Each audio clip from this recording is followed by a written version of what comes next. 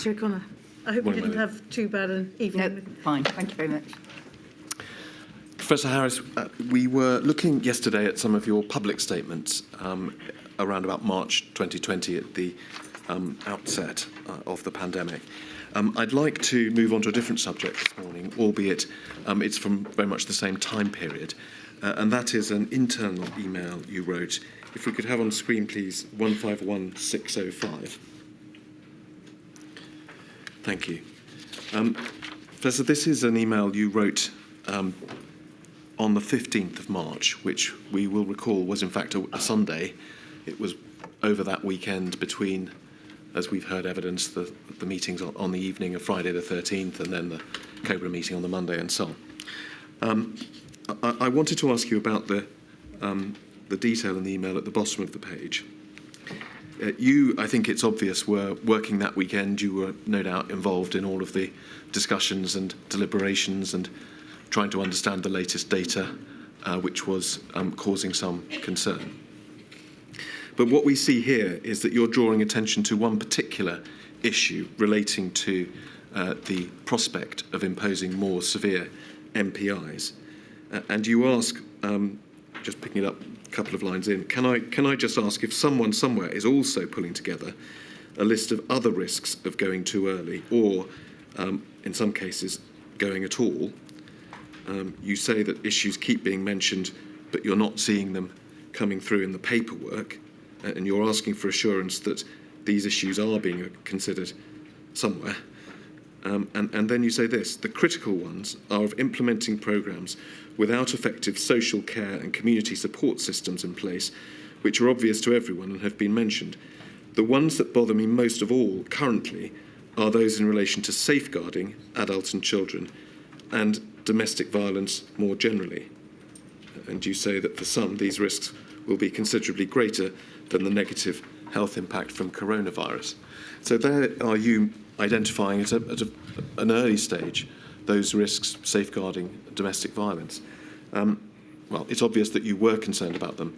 Professor, can you say something about why and also what happened as a result of this email?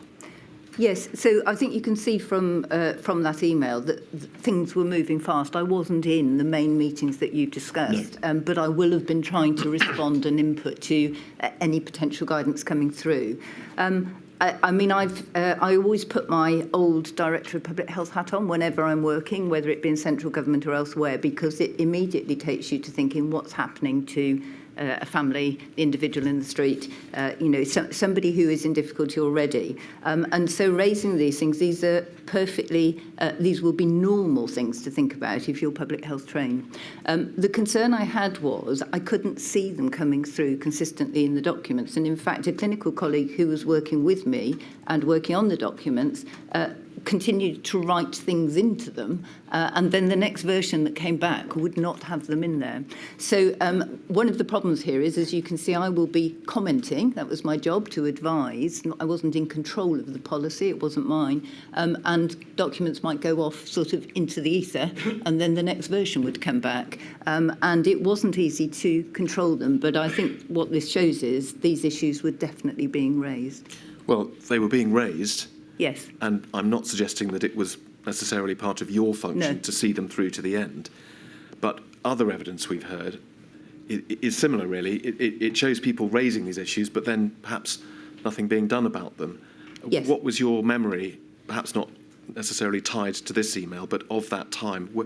Were you conscious that these concerns that you've raised and we've seen others raising were actually taken forward, or was it a situation where occasionally it was raised, but actually nothing was done, at least in that early period? So it's very complex because I'm sitting in the Department of Health. Many of these issues will be predominantly sitting within the realm of what was then MHCLG or DLUC, Department for now Levelling Up and Housing and Communities.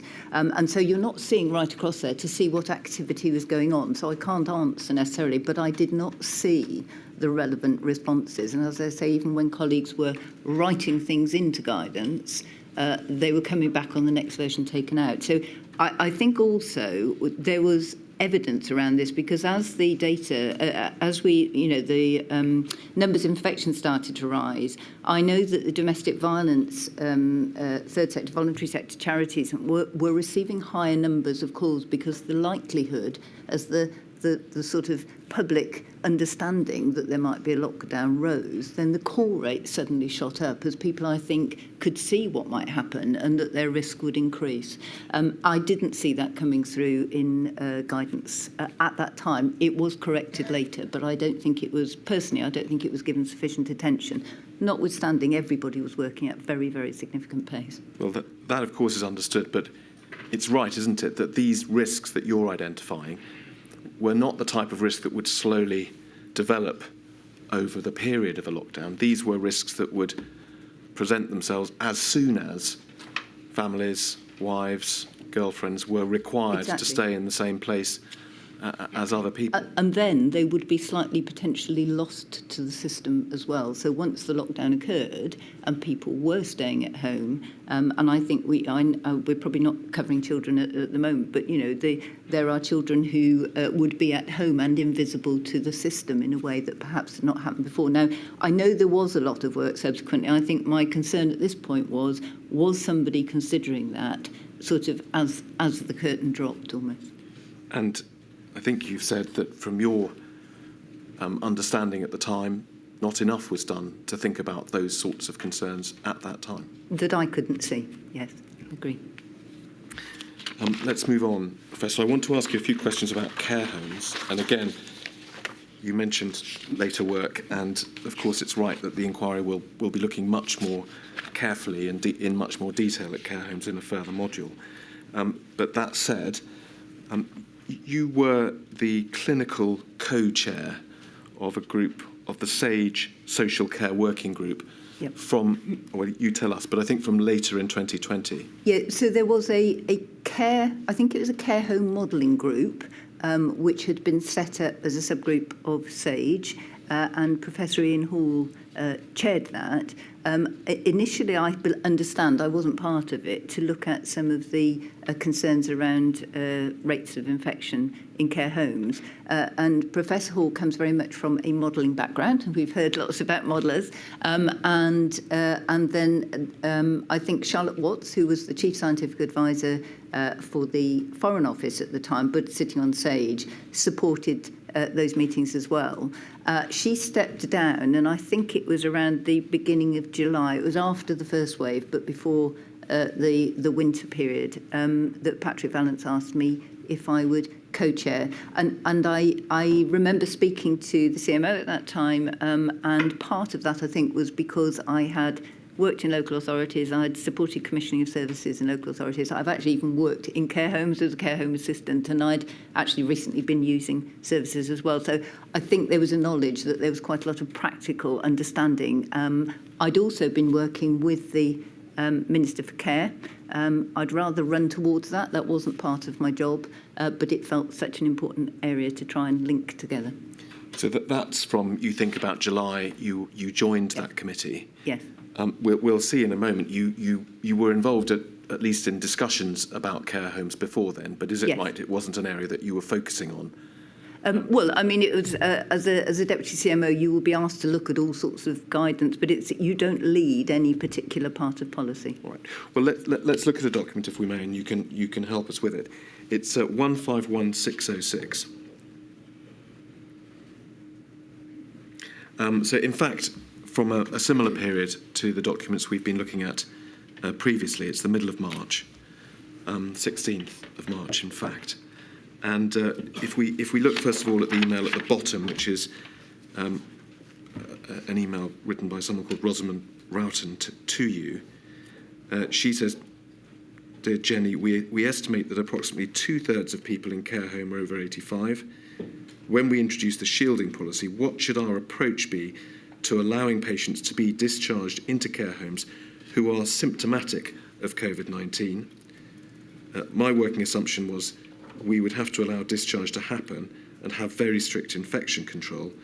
Otherwise, presumably the NHS gets clogged up with people who aren't as acutely ill." And your response on the same day you say, whilst the prospect is perhaps what none of us would wish to plan for, I believe the reality will be that we will need to discharge COVID-19 positive patients into residential care settings for the reasons you have noted. You say it'll be entirely clinically appropriate because the NHS will triage those to retain in acute settings who can benefit from NHS care. And you say the numbers of people with disease will rise sharply within a fairly short time frame.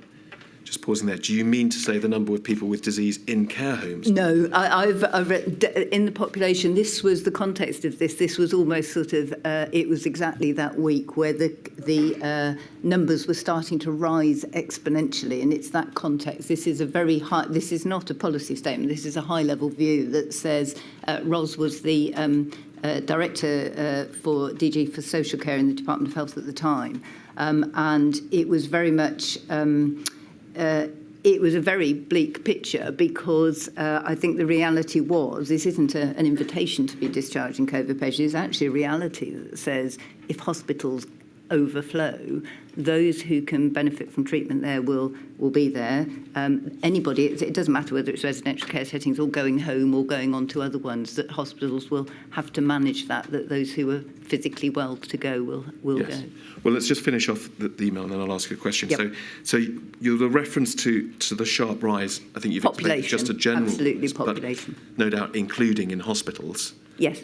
And so you say you suspect that within a fairly short time frame, you suspect that will make this, which I think you must mean the discharge of symptomatic patients into care homes, fairly normal practice and more acceptable. But I do recognise that families and care homes will not welcome this in the initial phase. Now, of course, much of the debate about discharging patients from hospital into care homes is about asymptomatic patients. I'm not asking you about that. This email is about discharging people who are symptomatic, who were known, or at least strongly suspected, to be suffering from COVID.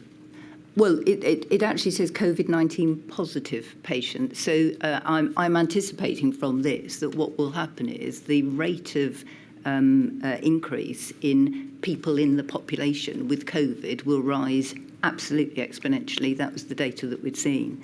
That hospitals would do their best with this, and that we would have some patients who potentially had gone through the most acute phase, actually were still positive, but then would be of less need, would no longer need acute care, and obviously hospitals will be treating those then that they can treat, and these individuals would be safe in terms of their physical welfare at the time to move on, and otherwise there wouldn't be places for other people from care homes to go in and be treated. One understands the logic and the need for this discharge, or at least the case that's made for it, and as I said, I don't want to get into all of that, but on any view, what is being discussed in these emails is discharging symptomatic COVID-19, quite possibly infectious COVID-19 patients into care homes. So just once again, COVID-19 positive patients, not symptomatic patients, because I don't think they have ever been...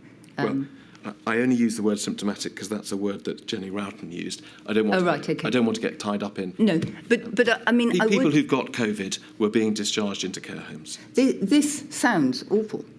This is taking a very, very high-level view that says if we have this enormous explosion of cases in the population, as you see, there will have to be a national triage. And I think what I was trying to do was explain to Ros what the size of the problem might be. I don't think it had actually quite registered. The other thing I would just like to point out is there's a really critical point, and that comes through guidance as we go through, in her email, which is about my working assumption is we'd have to allow discharge to happen and have very strict infection control, and that is the critical point. Yes.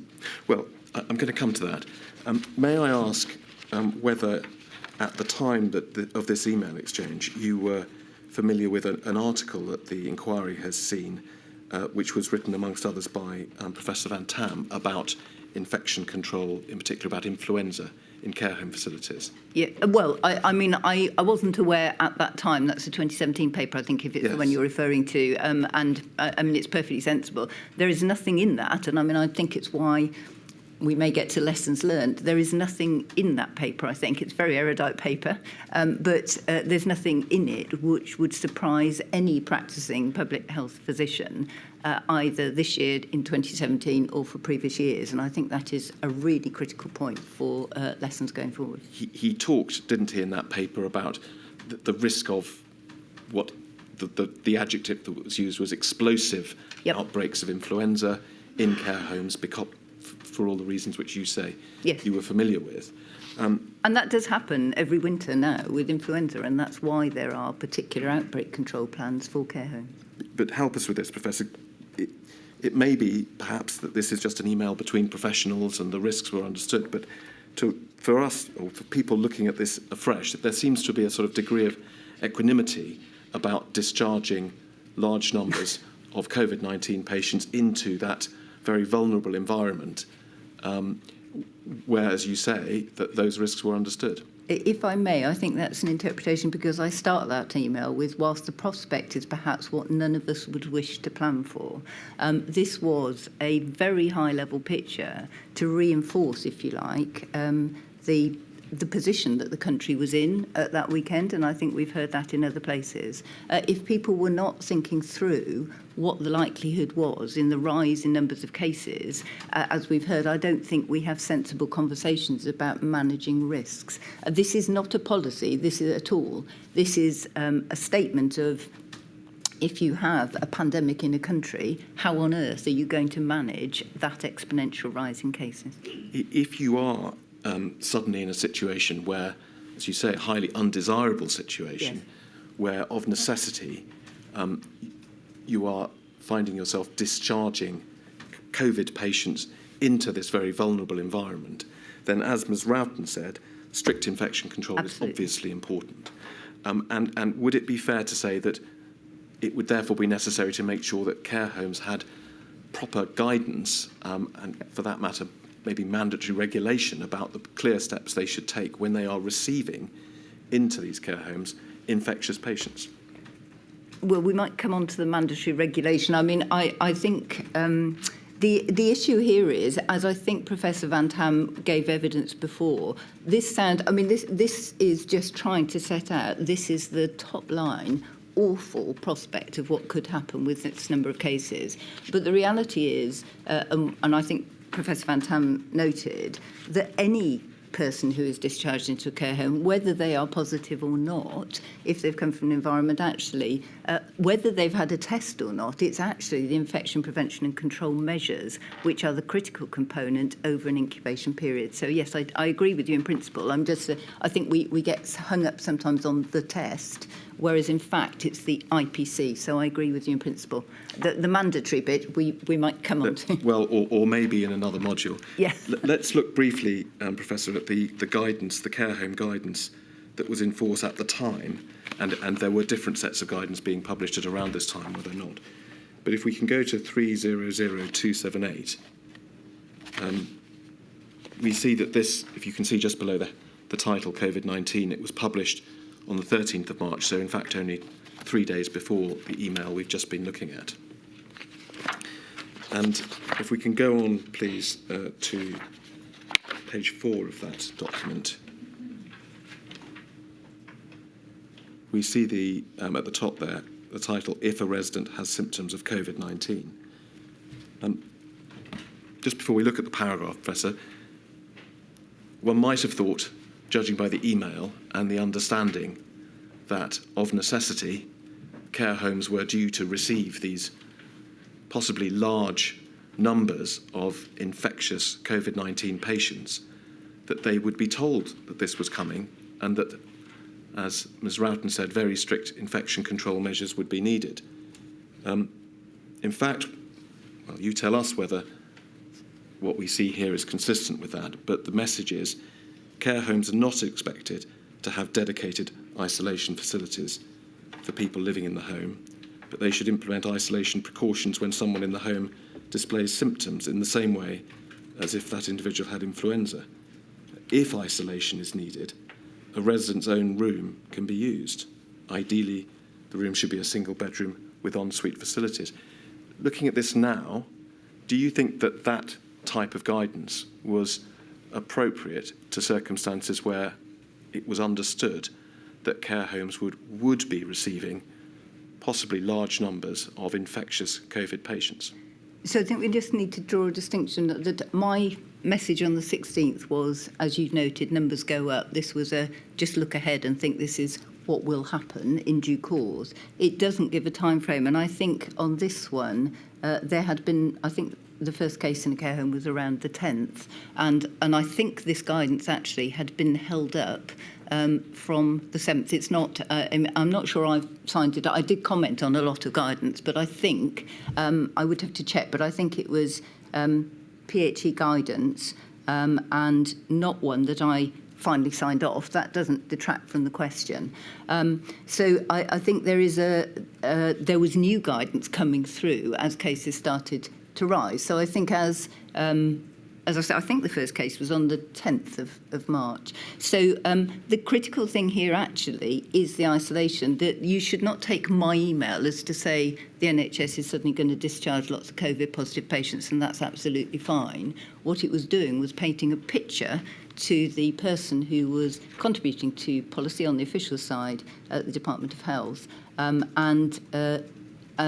the isolation issues, I mean, there'll be a number you may come on to around how you deal with an outbreak in a care home. But this is sitting on top of, because of the Jonathan Van Tam knowledge, if you like, in that paper over many years, relatively well-known systems of infection prevention control in care homes where it is well exercised. And I think that's another issue. Just looking at that on its own, though, that's not enough, is it, to give the care homes the guidance, the clarity, the information that they would have needed facing the type of situation that is described in your email? So I think there was other guidance that was published alongside this, as far as I remember, and the guidance was updated very regularly. I do think there was a problem in the sense of ensuring, and I think I flagged this in my email somewhere, which is I think that the NHS and social care should be seen as a total continuum. They are all part of the health care system, and sometimes one bit gets developed separate from another, and you can, I know looking back at some of these, you can see that a piece of NHS guidance pops out and then somebody else is trying to ramp up with it. So at the time, for the patients who were being discharged, for the background epidemiology, it is probably reasonable. But as I say, that progressed, the guidance progressed as we went forward. I'm really keen to emphasise my email was a high-level view, so people were aware of what was kind of coming over the hill, but the hill was still a little way away. All right. Let me ask you about a separate but related issue, Professor, and actually for this purpose, let's briefly go to Professor Van Tam's paper. So it's 269388, please.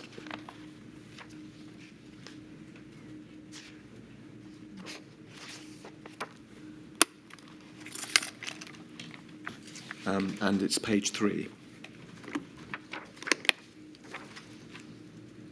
And we can see if we look at the very bottom of the left-hand column and then read over to the top of the right-hand column, the paper draws attention to a very particular problem in care homes, which, again, I understand from your earlier answer was equally well known.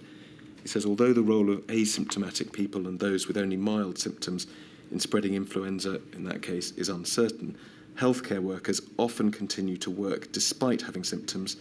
They may act as a source of infection to those in their care. There's a reference to a Swedish study where nursing home aides are shown to be the occupational risk group, at significantly greatest risk of continuing to work, despite the feeling that in light of their perceived state of health, they should have taken sick leave. In reality, the employment status of many staff is often precarious. Taking unpaid sick leave may result in adverse economic consequences. You're nodding, Professor. Was this another equally well-known aspect of the healthcare risks associated with care homes, nursing homes and the like? Yes, I shall have to make sure I stick to my profession. I mean, the social care sector, as I've said, I think is under-recognised. There are more people employed in it. I think around 25%, more people employed than in the health service, is my understanding. Around 25% of them, I think, are on 0 hours contract. Many of them, the majority, are women. Professor, can I just interrupt you? Could I ask you to try and speak a little more slowly? I will do, sorry. You can tell that I care passionately about this. And therefore, when you want to manage situations of infection control, it's really important. It's similar, actually, in some other industries. So, other settings, for example, like food factories. I'm not suggesting these are the same, but the same issue of people working in poorer circumstances who cannot afford to take the time away from their work. And often it's compounded because both halves of a couple, for example, will not be able to. And if there are children at home, they're not receiving free meals. They can't do that either. There's a whole sequence of social events which, for very understandable reasons in those families, would predicate to people either continuing to work, which of course is a risk to those for whom they're caring, or for things like, I think, not staying in confinement and isolation. So the problem is, and I think on your evidence was well understood at the Yes. time. And if we focus then on that email of yours, and I'm simply using it as a way into this discussion, Yes. we understand it was an internal email.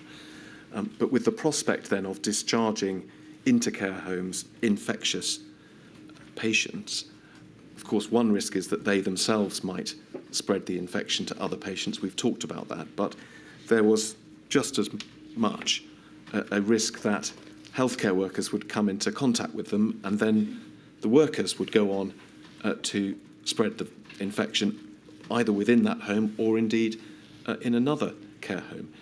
Do you think that that side of the risk was sufficiently understood and sufficiently accommodated in 2020?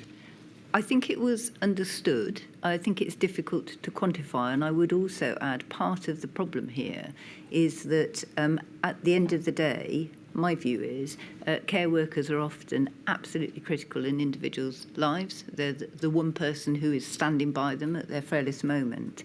And there aren't many of them around. And there comes a point where you say, and we did see this in a few occasions in the pandemic, where the workforce capacity was insufficient to care for the individual. So if I just paint a picture, perhaps, where you have care workers who may be a risk, and the evidence suggests they were doing a fabulous job, but they were bringing in, as the majority ingress route into care homes, infection, that you can't just exclude everybody and people who, because you lose the capacity to continue. And one of the biggest risks was care workers, so maybe a nurse, for example, working in the acute sector, who then goes and does a night in a nursing care home and then goes on and does a bit of domiciliary work, and you can see the infection tracking round. But just saying stay in one place immediately means you've lost 2 capacity points in your health and care system. That's a description of the problem. Yes, it is, I agree. So my question is, in this emergency situation, where, as you tell us, these risks were understood, was enough done to try and mitigate that problem? So I think the problem was understood. The reason I explain the problem is because it's a very, very difficult one to solve. Because if you just isolate care workers completely and clamp down on everything, a care home might fall over, if you like, if you've got somebody working in 2 care homes. So I think the care workers were given strong advice. They were encouraged to stay away from work. Clearly, as the pandemic went on, very strong testing procedures were put in, and that was really helpful. And then in addition, payment funds, I mean, quite apart from the infection prevention control, payment to care workers to support them to self-isolate was also put in. So the problem was recognised and it was dealt with, but the precarious state of the care workforce was a problem through the pandemic.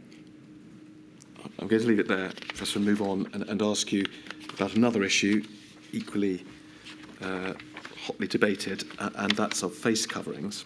And can we start, please, by going to your witness statement at paragraph 8.125.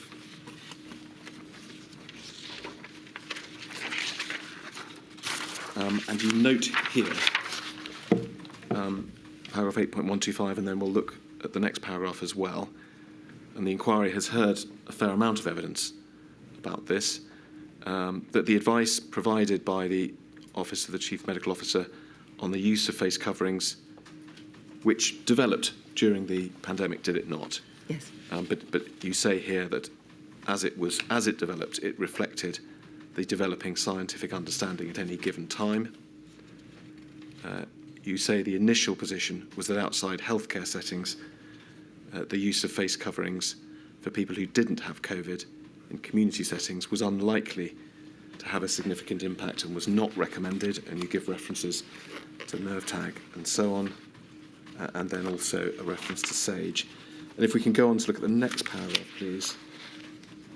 You say that later in the pandemic, as the transmission characteristics of the virus became better understood and so on, there was a growing emphasis on the use of face coverings as a precautionary tool.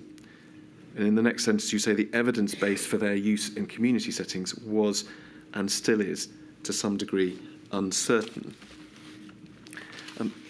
Professor, is it fair to say that your own personal view, in fact, remained that there wasn't any convincing evidence that face coverings, that is not sort of PPE used in healthcare settings, but the sort of homemade, if you like, fabric face coverings used in community settings, that there wasn't any convincing evidence that they were helpful?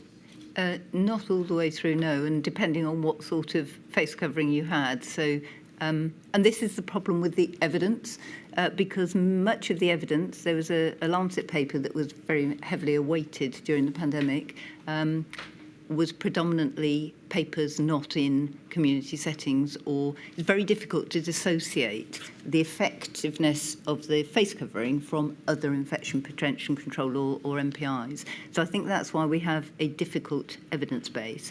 There is a stronger evidence base about the actual material, if you like. So if you have a 1 or 2 layer thin cloth covering, I think the evidence is not particularly effective. If you have, I have my colleague Jonathan Van Tam's word ringing in my ear. He always refers to army ones, but a kind of a 12-layer, I think he calls it duct material or something. But you know, it's a different sort of barrier. So even within the face covering, there's a difference. If somebody doesn't wear it appropriately, it won't work. But I think the WHO advice, actually, I think it was around the beginning of July, changed, and I think that was around the right time, where you're starting to see is more recognition of the likelihood, still unquantified, of the asymptomatic transmission, and the opportunity, therefore, to the evidence starts to move in a more positive way.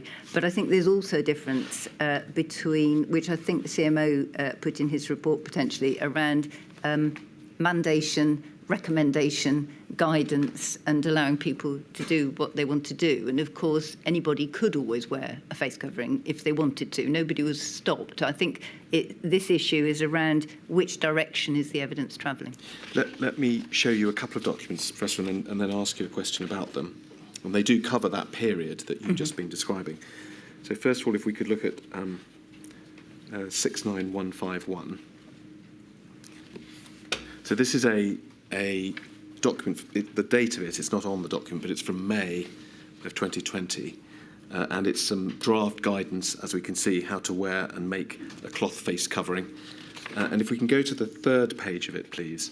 I think what we see on the sidelining is that you've commented, made various comments. No doubt it wasn't you who did the first draft. But what we see on the top comment here, in relation to the draft talking about putting 2 squares of fabric on top of each other to make the mask, you say, just querying the logic behind needing to have 2 pieces of cotton fabric stacked on this version, but only a single layer of cotton T-shirt in the previous model. I think they're both ineffective, so I'm not unduly worried. but someone might want to think of an answer for the Q&As. So there you are in May expressing a view that, frankly, these homemade cloth face masks, 1 layer, 2 layer, are ineffective. Because the evidence at the time said at least 3 layers. So I didn't draft this guidance. My point was the guidance there were 2 points about this. The first one was I'm querying the logic, because if I was a member of the public and looked at that, I'd think, why on earth do you want 1 layer here and 2 there? That was one point. The reason I said I think it's ineffective was because the only evidence I think we had at the time was around 3 layers, which actually started to give a bit of a positive impact. So I don't think that is effective. Well, if they'd said 3, I'd have said, OK, but make the guidance consistent. Well, if there was evidence at the time that 3 layers was effective, but 1 or 2 wasn't, why didn't you say we should be telling people to use 3 layers? Well, I'm not sure I even knew where this had come from. You have to bear in mind this will come to me from somewhere else. Often I would get given pieces of guidance that said, this is what somebody has decided to do as policy, now make it the best you can. So I may have read that one as, this is what we're going to say.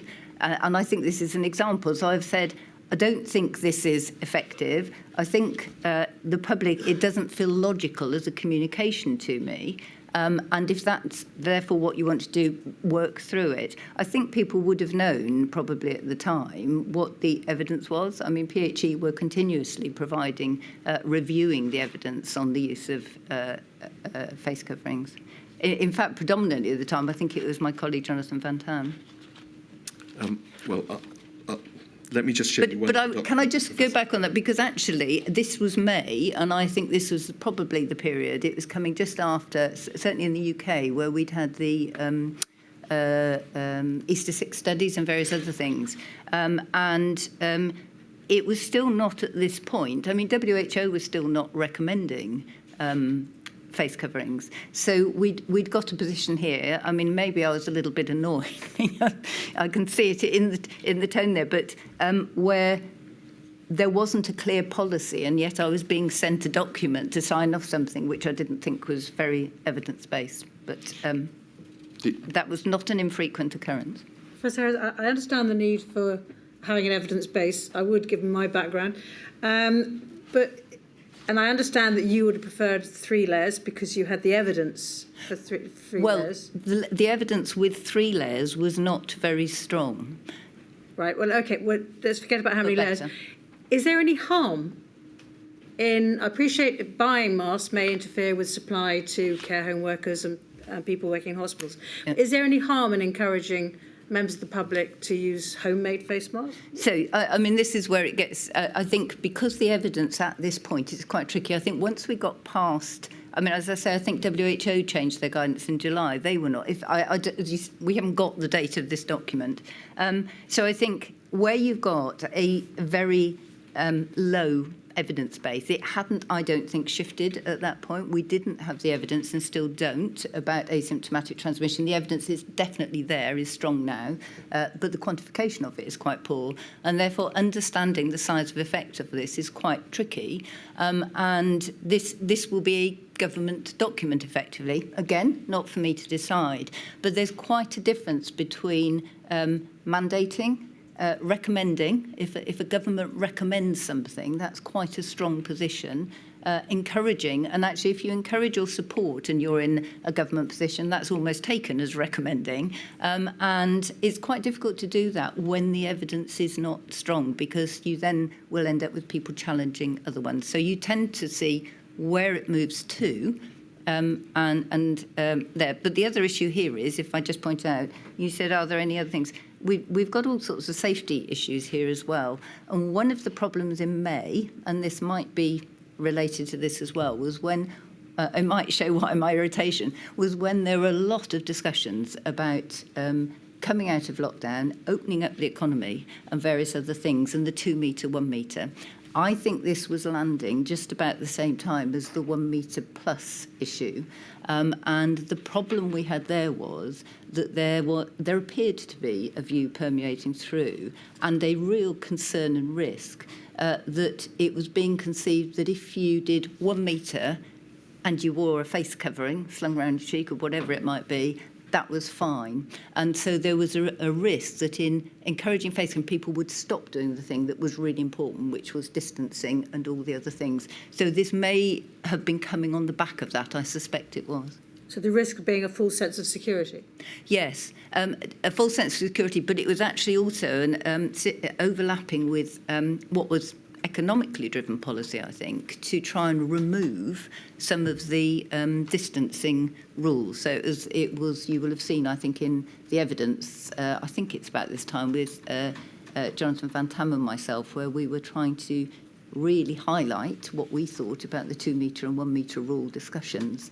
And what was being conceived was, if you wear a face covering and reduce everything to 1 metre, the face covering will make up for the difference. And the answer was, no, it won't, and it definitely won't if it's not evidence-based. Well, in fact, that was the point I was planning to come to, Professor, which is... Sorry which is if I interfered. No, but it's the point about false sense of security. Yes. What we are seeing here is draft guidance on making a mask, which will, of course, make people feel more confident to go out, to go on public transport, whatever, which you are saying is ineffective. So wasn't that a reason to say, no, we shouldn't be encouraging people to use these ineffective masks?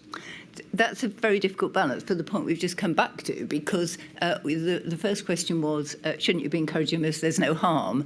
And the issue for me at that time, and I think Professor Van Tam shared it, was we definitely shouldn't be supporting something which was not evidence-based if it was going to promote a risk compensation. And there were a number of different driving factors here. And, of course, face coverings, as I know you'll be aware, is a wholly polarised debate, and it's quite difficult to maintain a central position.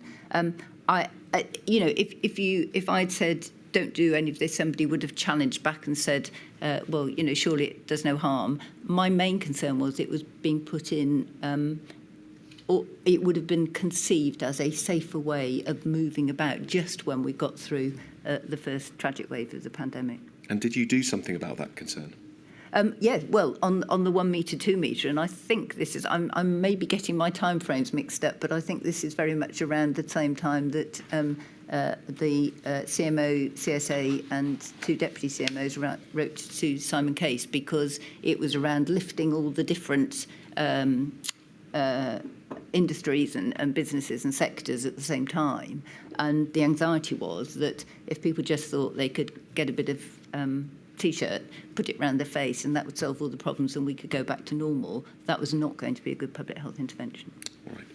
Professor, lastly, I want to ask you about a different matter altogether, and it relates to your current role with the UKHSA and some evidence that Patrick Vallance gave. So Patrick Vallance, when he was in the witness box last week, and he was talking about how the country might best prepare for a future pandemic. And he talked about his idea of a need for something that he described as an academic centre for pandemic preparedness, in terms of trying to bring together in one or more academic institution all the different fields of expertise that might be relevant to preparing for a pandemic, whether it's modelling or testing masks or all the whole range of expertise. And when I asked him whether that was something that the government should be involved in, he said yes, he thought it should have government funding, and indeed he thought the UKHSA, your organisation, should be involved in that enterprise. What's your view about all of that? So I think Sir Patrick and I are looking at it from slightly different lenses, but the broad answer is yes. And in fact, it is in my planning. But what we have at the moment, just by way of description, is a number of different universities across the country have set up their own pandemic institutes, or words to that effect. We are linked to them on an individual basis, and they link with each other. The vision from my lens is that they have a network. They all have brilliant academic work ongoing routinely. We are sitting almost at the interface between government and academia. And so in peacetime, when we're not all responding to something, then we can be identifying between us what pieces of research work need to go ahead. There's opportunities to link with National Institute for Health Research and funding opportunities. So we're all aligned on what the priorities are. And then at a time of need, actually the global institutes are all there to work through and with UKHSA, working into the pandemic response, if for government, and it wouldn't just be for pandemics. If you thought about something like the Mpox epidemic recently, then it's a great opportunity to do that.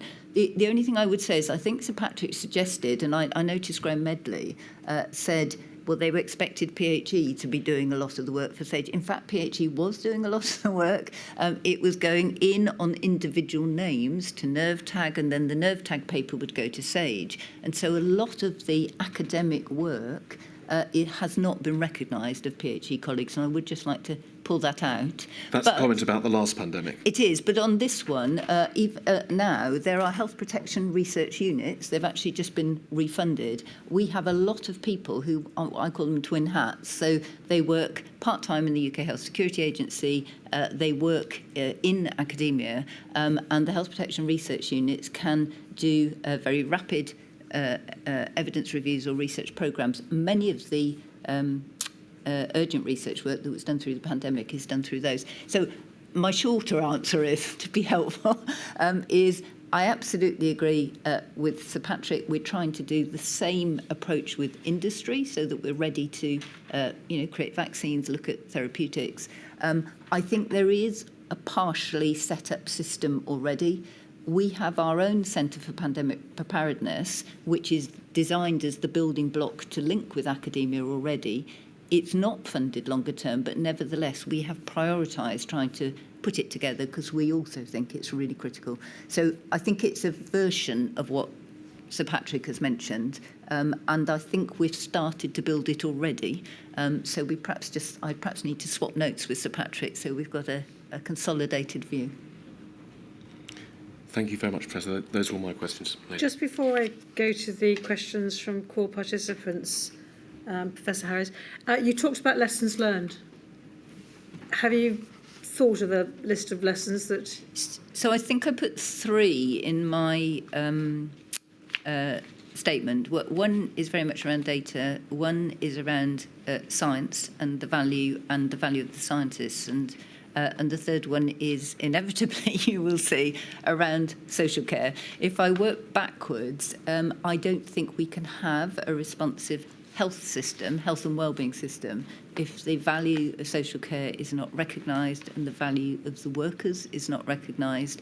As I look forward, planning for pandemics, the very same frail individuals who are sitting in residential care settings now, or learning disabled, wherever they may be in the community, are the same people I need to reach each time there is an infectious disease incident. And so that should be much better planned for on a systematic basis. And I think social care workers should have parity. That's not how it's been seen. Second point, I think, is around data. There are a number of reasons why data appeared to flow slowly. Probably not for going into the detail here, but there should definitely be a transparency of data. But we also need to engender trust, I think, in people sharing data. One of the problems, for example, with ethnicity is yes, people aren't looking to collect it. That's a problem for researchers, for government, but also people need, we need to enable them to feel they trust us to share that data so that we can actually get the granular level of information to support them. And then the third one is, although we are a response organisation for infectious disease, we also have a significant scientific element. Our scientists are just not recognised. They're sitting at the back of this. Every time somebody uses a point of care test, it will have been validated at UKHSA, put them down. Every single vaccination programme is, there is a whole pathway. No vaccination programme in this country is running without colleagues working at UKHSA, Colindale and across the UKHSA generally. These are quite hidden scientific tasks. One of my problems actually in setting up the organisation is having funding for a year, not having that vision. A scientist has a 10-year career ahead, and you need to do 3 years of research, and that needs to be really, really embedded, and then we can take forward our work with industry as well, I think, and work with them. Thank you very much. Mr. Wilcott.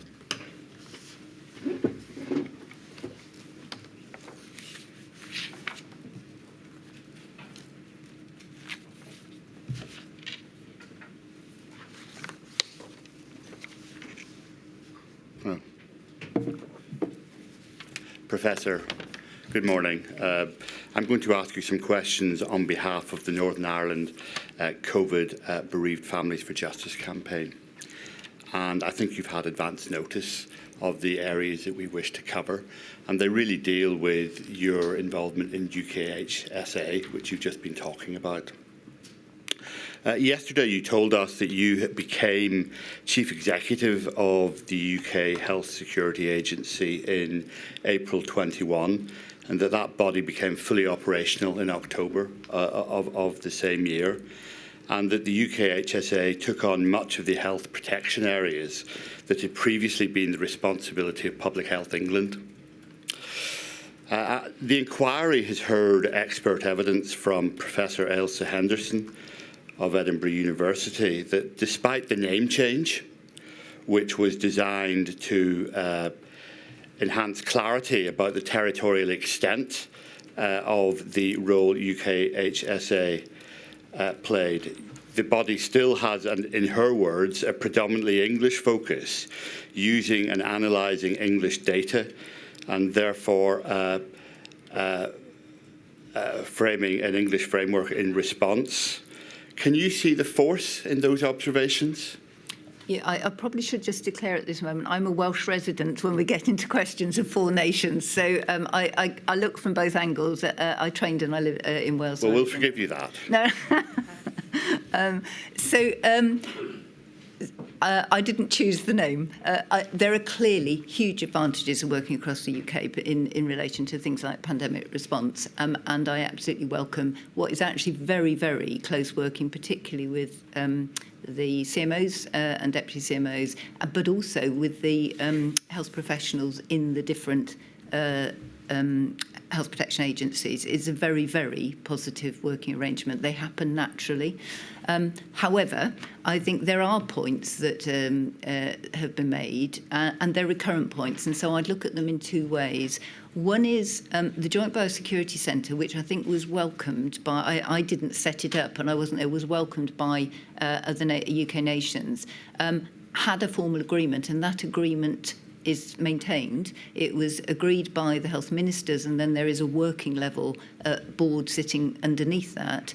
We also have a separate UKHSA devolved nations board, and in fact it met yesterday. It's chaired by my Director General for Strategy and Policy, and that met in Edinburgh. So I think that in itself should signal the steps that we're trying to take to maintain it. When it comes to data, it gets very, very much more difficult. So, for example, we saw discrepancies. I was expecting somebody to ask me about Q-COVID and shielding and various other things, but a Q-COVID tool, for example, we had in England and we had in Wales, we didn't have in Scotland. That's not because people weren't working together, it's because the systems are different, and each country has its own health protection agency and is responsible for its own health protection response, except for some matters of global health security when we do represent the UK government, and therefore we are UK. So it's quite a complex setting.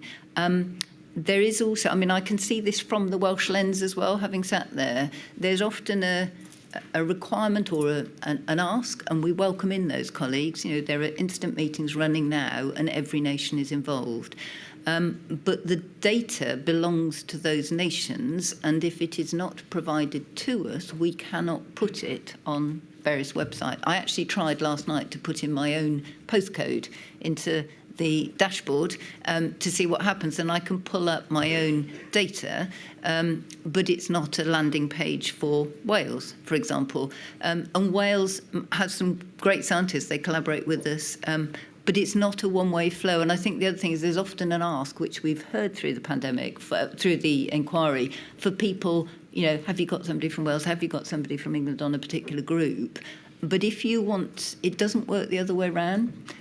So there's an expectation everybody will come to England, but not that England will be allowed to go to every nation. So I think that's not, as I say, we work brilliantly with many colleagues and hugely grateful for their support. They're particularly good input to the social care working group.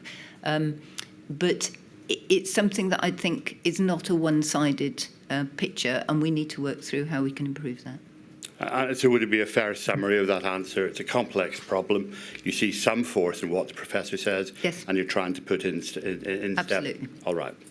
Now, I think you might have touched on the next question I'm going to ask you, because some of the families I represent have noticed that if they go onto the UKHSA website, there is no reference to Northern Ireland, Scotland or Wales on the website.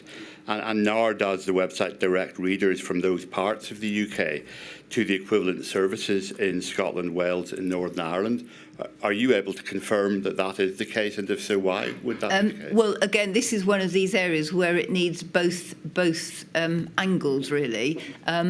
So I think if I was sitting, if I'm sitting in Wales, working as part of the health system in Wales, I think they expect residents to track onto their system.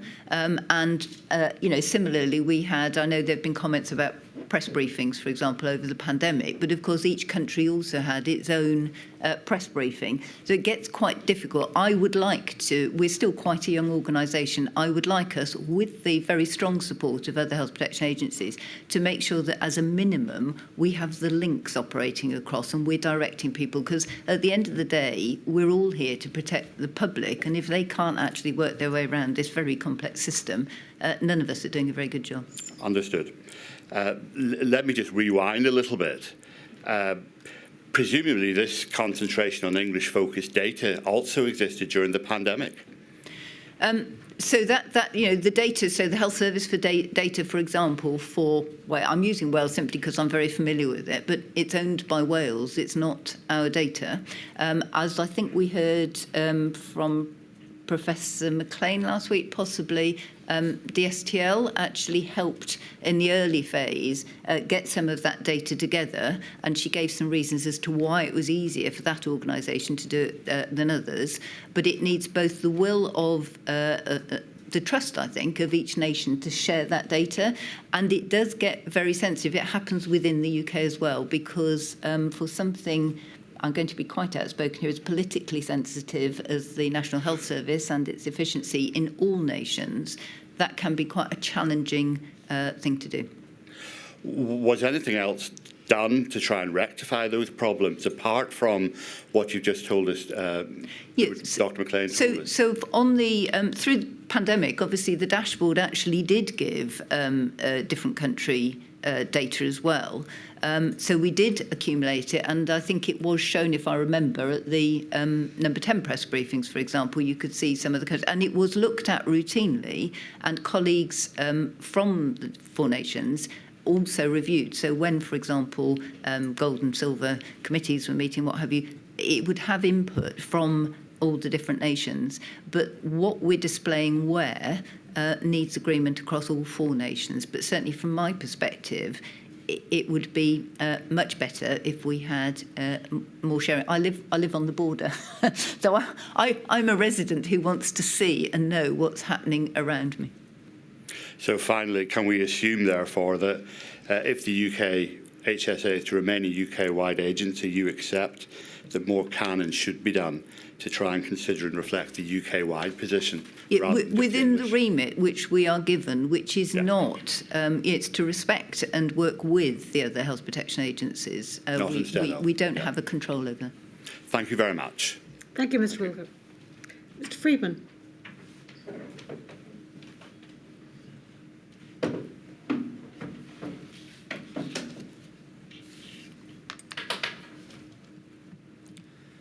Professor Harris, I act for 4 national disabled people's organisations.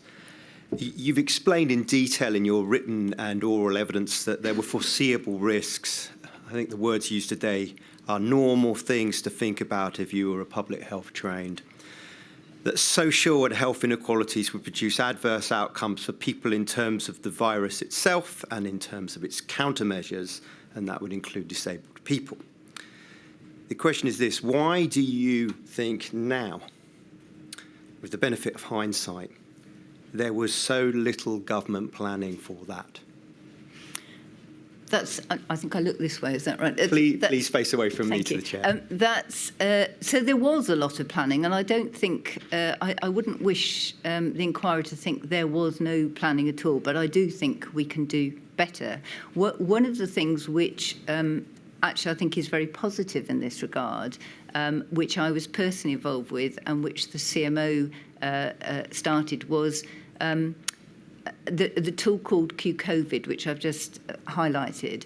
The shielding programme was, I think, has had a quite difficult birth and utilisation because people have used the word shielding. We've heard segmentation, we've heard shielding, we've heard cocooning. From my perspective, there were two elements to it. The part I was involved with, which was very definitely, clumsy words, but to distinguish clinically extremely vulnerable and clinically vulnerable. That was to identify people with diseases, some of whom will have disability in higher rates.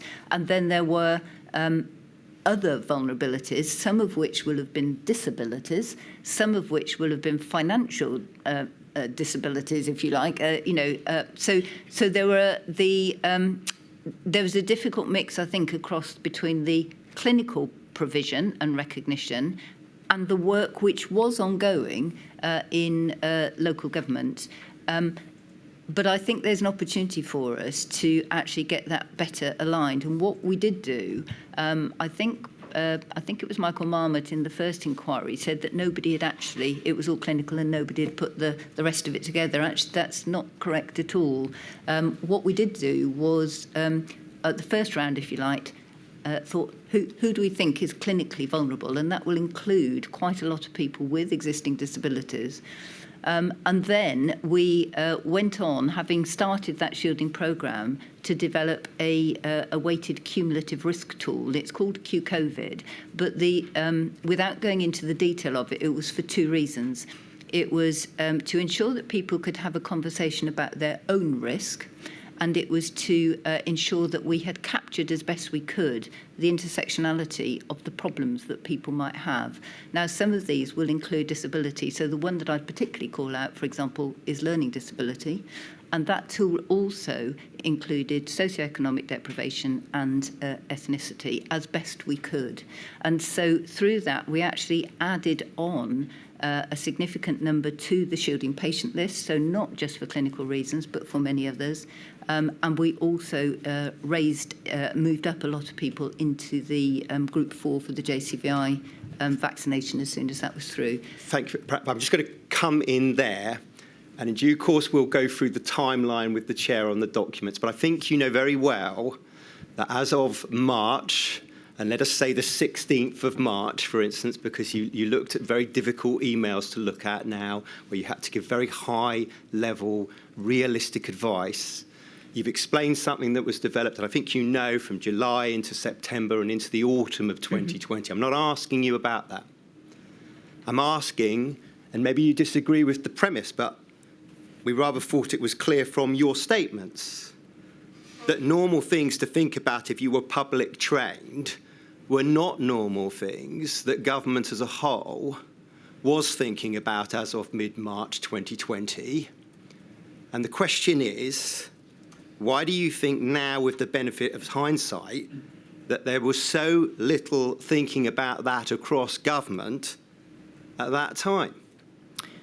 I would say, I certainly, having worked in local authorities, I think local government definitely thinks about it. But I'm asking about central government, which is the module. I agree, but I'm not sure I can answer that question in that way, because it's not I'd be asked for advice, and I would give that willingly. It's not an area that would be directly involved with me. I mean, I know right at the start of the pandemic, the Minister for Care asked for reports as soon as there was any evidence that could be used around disability. The data is quite difficult, and of course, something like, I think it's 65% of those over 65 will have disability. So to some extent, they were already being thought through in the shielding programme. Just on that shielding programme, the meetings from early March adopted a two-tier approach to shielding, and you've explained there was some baggage in the label. We understand that. And there were going to be different degrees of clinical vulnerability. Now, was there a foreseeable risk that those in the second tier, however one defines it, would be deprioritised in being able to access basic services such as food and healthcare services, access to which was explicitly linked initially to being within the first tier, clinically extremely vulnerable cohort? I might not have quite understood the question. So tier 1 is the CEV. clinically. Yeah, okay. And they got an automatic package, and Yes. CV didn't. I mean, the important thing here is that shielding, as I think Professor Whitty said, is not.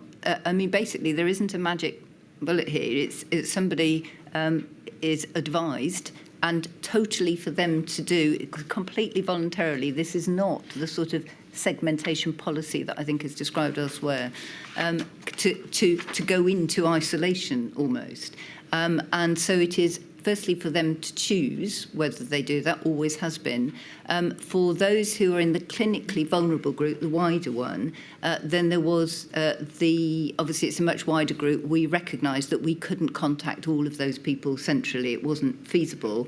And for the reasons which I've just said, that intersectionality of risks was very much something for local government. So it's not something that was handled in that way. So there were funding to local authorities, but I think you'd need to direct that conversation to somebody from that department. And understood, but conceptually, as it were, at the central level, Yes. reliance was going to have to be placed on the effectiveness of otherwise at the local government level.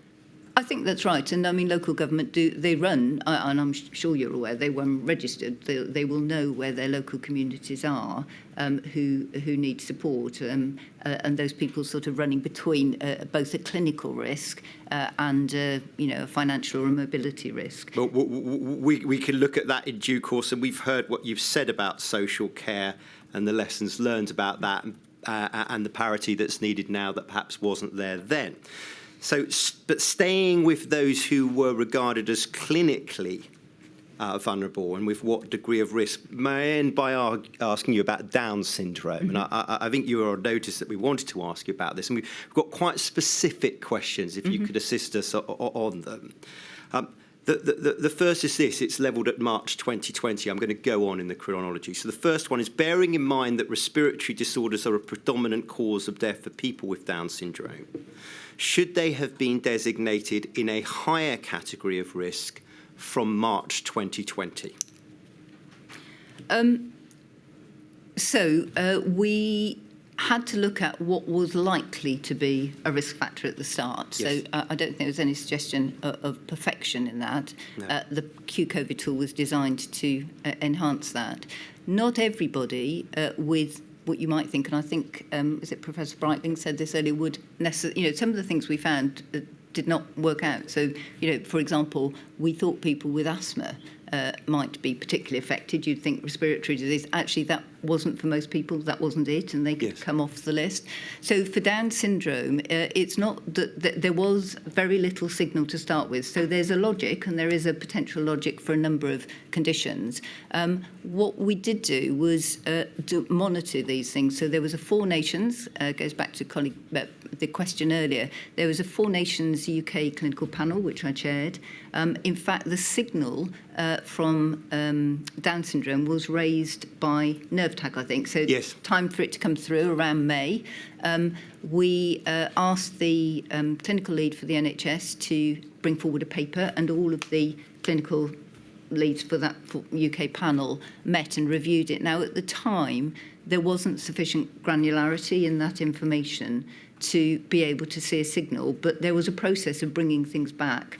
And a couple of months later, Yes. there was a signal through, and immediately all the Down syndrome people were moved onto the shielded patient list. Thanks. You've gone ahead a little bit. I'm just going to break that down a little bit because that's what I'm going to ask you about. We know it. Hope you'll just take this from me. We know as a matter of record that Down syndrome was not added to the CEV list until early November. It's about 2nd of November. Yes, although every Can I just yes. set the context for you and tell me if you disagree? You've explained to the chair, as we understood it to be, that the matter made it to the nerve tag clinical subgroup. It's actually first at the beginning of June, Yep. and then going to a second meeting at the end of June, 29th of June, where they indicate on the basis of modelling that there appears to be a high risk, but they want more work to be done, and they pass that up the line, as you've just summarised to the chair. So we've got to the 29th of June, and then there is a there is a decision that goes before the COVID-O group as of the 1st of October that is indicating that the work has now been done and the recommendation is there in the pipeline. And then we have, as it were, this letter to the GPs and other stakeholders as of the 2nd of November.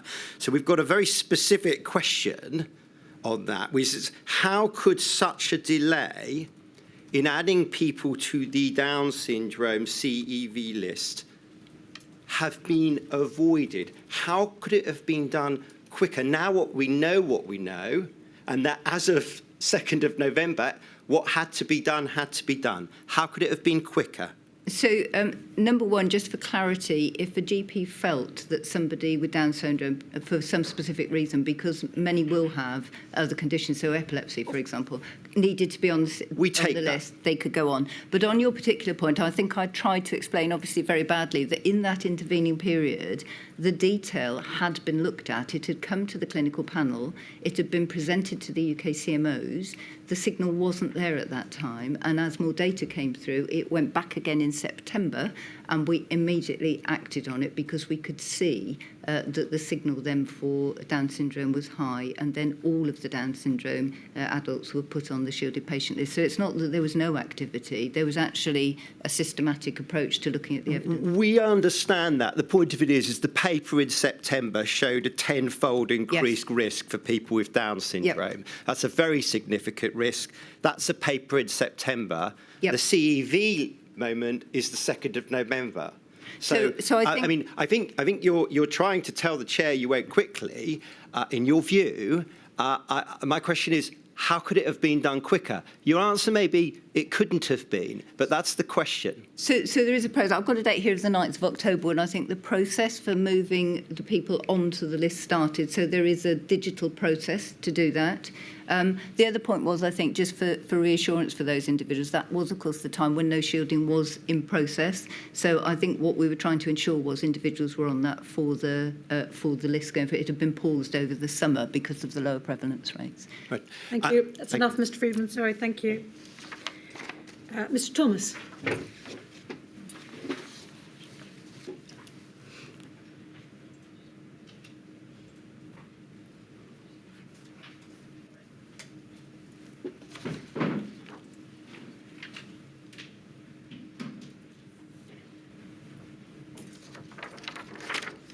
Professor Harris, good morning. I represent FEMHO, Federation of Ethnic Minority Healthcare Organisations. As you probably know, FEMHO represents and advocates for the interests of workers from ethnic minority communities at all levels within the health and social care sector across the UK. I'm going to be making reference to your fourth witness statement, but I'm not going to call it up. But just for the record and for her ladyship, the relevant paragraphs are paragraphs 9.38 and 9.40. Here's what I wish to explore, and let me just set out a little bit of context, and I don't have much for you. During the pandemic, when the NHS was overwhelmed, care homes were meeting the deficit in terms of the NHS's ability to care for often elderly people, some of whom were dying and would ordinarily be in hospital. You would agree, I'm sure, that situation would have had a significant impact on care homes. Can we agree on that? Sorry, I'm not being awkward. Can we just go back? So, Of course. So I would expect anybody who would normally be in hospital would be in hospital unless there was a reason not to. I may misheard. Could you just go back one and then Of course. I'm suggesting to you that the NHS was overwhelmed. Yep. Care homes were meeting the deficit at times in terms of some of the NHS's ability to care for often elderly people, some of whom were dying and would ordinarily be in hospital. That's the proposition I've put to you. Do you accept that or don't you? I would hope that, except in extreme circumstances, they would be in hospital, that it should be preserved for those who will be benefiting from that. But I agree the whole system was under stress. All right. In the light of the unique challenges posed by the global pandemic and the national emergency it represents, I'm sure you'll also agree that central government should bear significant responsibility for ensuring that the safety and well-being of its care home workers, especially considering their frontline roles, being in an overstretched public service. Would you agree with that? I mean, I think that is a question for the government, the minister, rather than me as a medical professional to answer. But having said that, I suspect the statements that I've made earlier suggest that I, as a public health professional, are very much in support of ensuring that the care staff are recognised. Is that a yes? I don't think it's a question for me to answer on behalf of government. It feels like it's a ministerial question. That's the only reason I'm not commenting. Well, the reason why I'm putting this to you is because something that you said in your statement at paragraph 9.38, and I'll put my second question to you. Would you accept this? Given the critical nature of care home workers' roles, Yep. particularly during these extraordinary times like a global pandemic, it would become imperative for central government to take a more active and central role in overseeing and supporting the safety for care home workers. Would you accept that?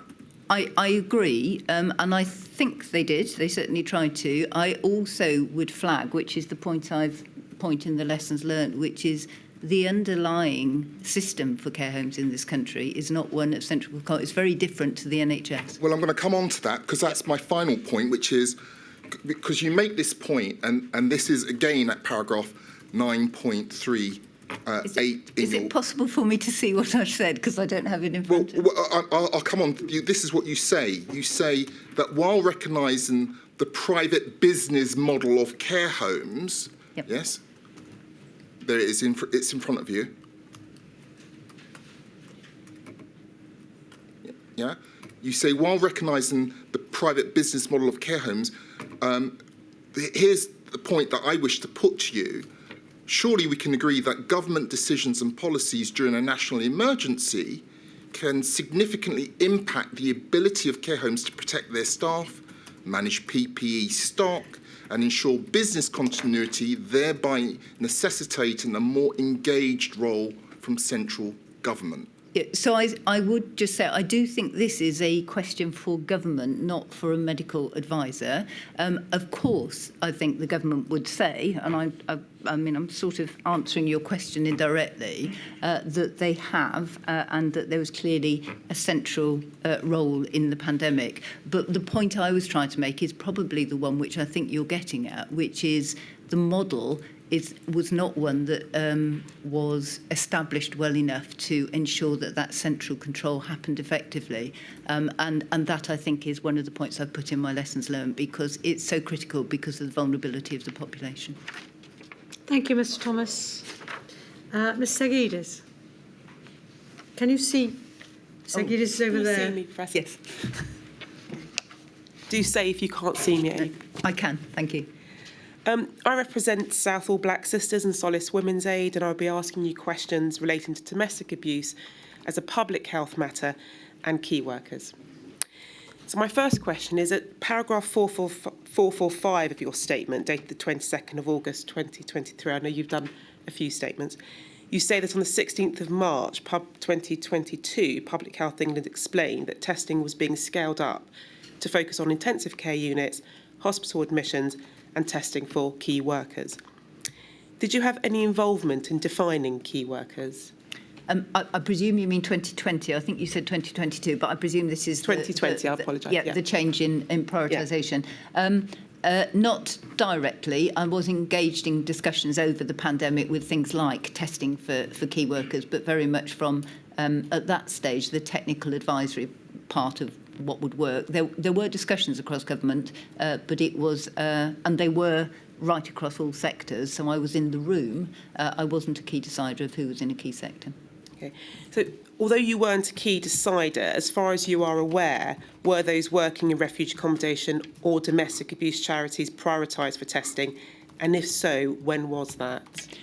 I can't answer that one directly. I mean, there are two issues there about key workers and who was a frontline worker, and then sort of the implementation of the testing programme.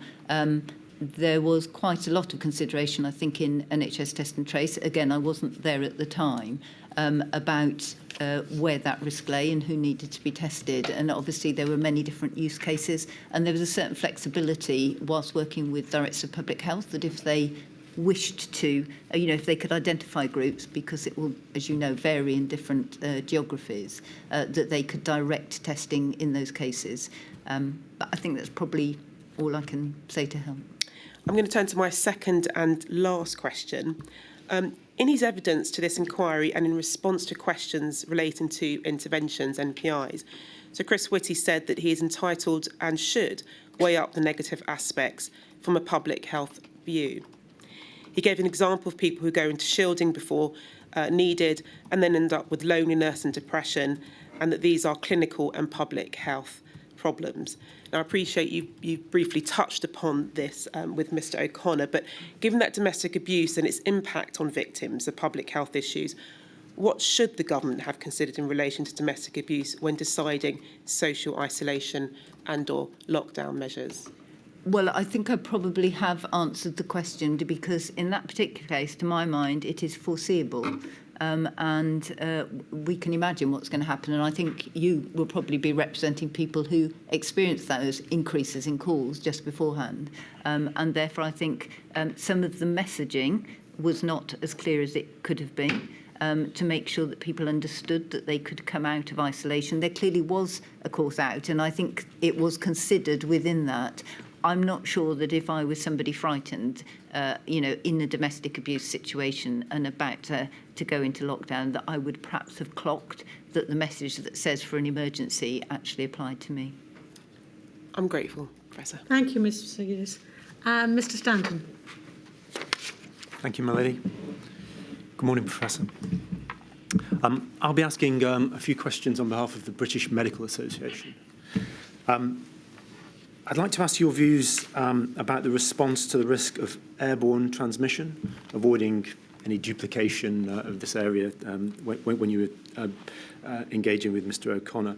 At paragraph 521 of your first statement in this module, you indicated that this risk was predictable in February 2020, but took some time to determine.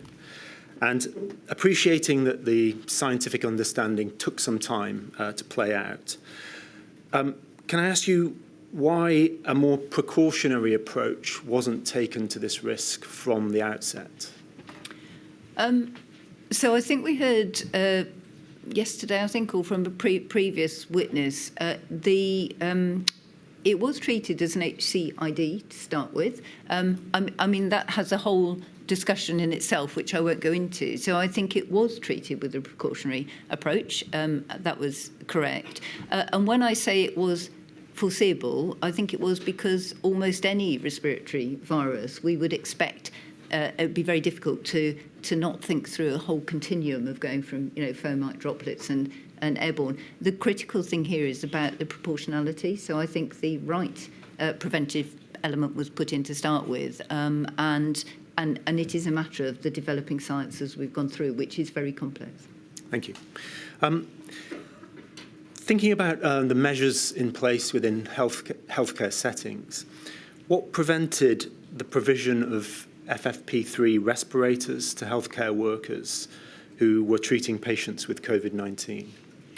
So the guidance, as you will know, I'm sure, was reviewed multiple times and continues to be as we have gone through. It's set by a Four Nations IPC cell, not by myself, not by Public Health England in those days, now UKHSA, and the operational implementation of that sits with NHS England. So there's a very, very complex review through that. It goes back to the risk and the evidence. So FFP3s were provided for aerosol generating procedures right from the outset. That has always been there and it remains. And we are back then to the balance of risks around appropriate PPE. But I would just like to say that at all times, when those reviews have happened, they have linked across to see what WHO is recommending and have stayed consistent. I'm pretty confident on that. So I think one of the interesting things was FFP3s and FFP2s are used differentially in different countries. So in fact, the FFP3 that was in play right at the start of the pandemic is if you like, in simplistic terms, a stronger recommendation than in many other countries, and I think for some of the WHO guidance. To what extent did cost and availability play a part in their provision? So again, as I said yesterday, I wasn't responsible for PPE. Obviously, some of my team now input to the technical side of it. Cost was not an issue at all in any of these events. So that one is right out of the picture. But obviously, there was a global shortage. I mean, I think if every country in the world wants PPE, it's going to be difficult. So I think at times there was difficulty procuring. That said, as I discussed yesterday, certainly early on we did have a very good national supply, but obviously as it was pulled on, and I think picking up the care provision, the pandemic preparedness PPE was predominantly, I think, originally focused on healthcare, which goes back to my point about social care. Thank you. Lastly, and very quickly, just picking up on some of your comments you made about the effectiveness of masks used in the general population. Can I ask you your view of the effectiveness of fluid-resistant surgical masks for combating aerosol transmission? I mean, that's quite a detailed technical question, which is probably not for answering here, and I'm happy to provide a written one on that. I mean, usually there is, when you're working in a healthcare environment, often the fluid resistance is there for splash protection, but obviously if the splash protection is critical, then you will actually have a shield as well. So, it's quite a detailed answer. I'm very happy to provide one in writing. Thank you. Thank you, Melanie. Thank you very much indeed, Professor Harris. I wish I could say it's the last time we're going to call upon you, but I have a feeling that we'll be asking you to help us again. Thank you for your help. Thank you. Right, I shall return at 20 to 12. All right.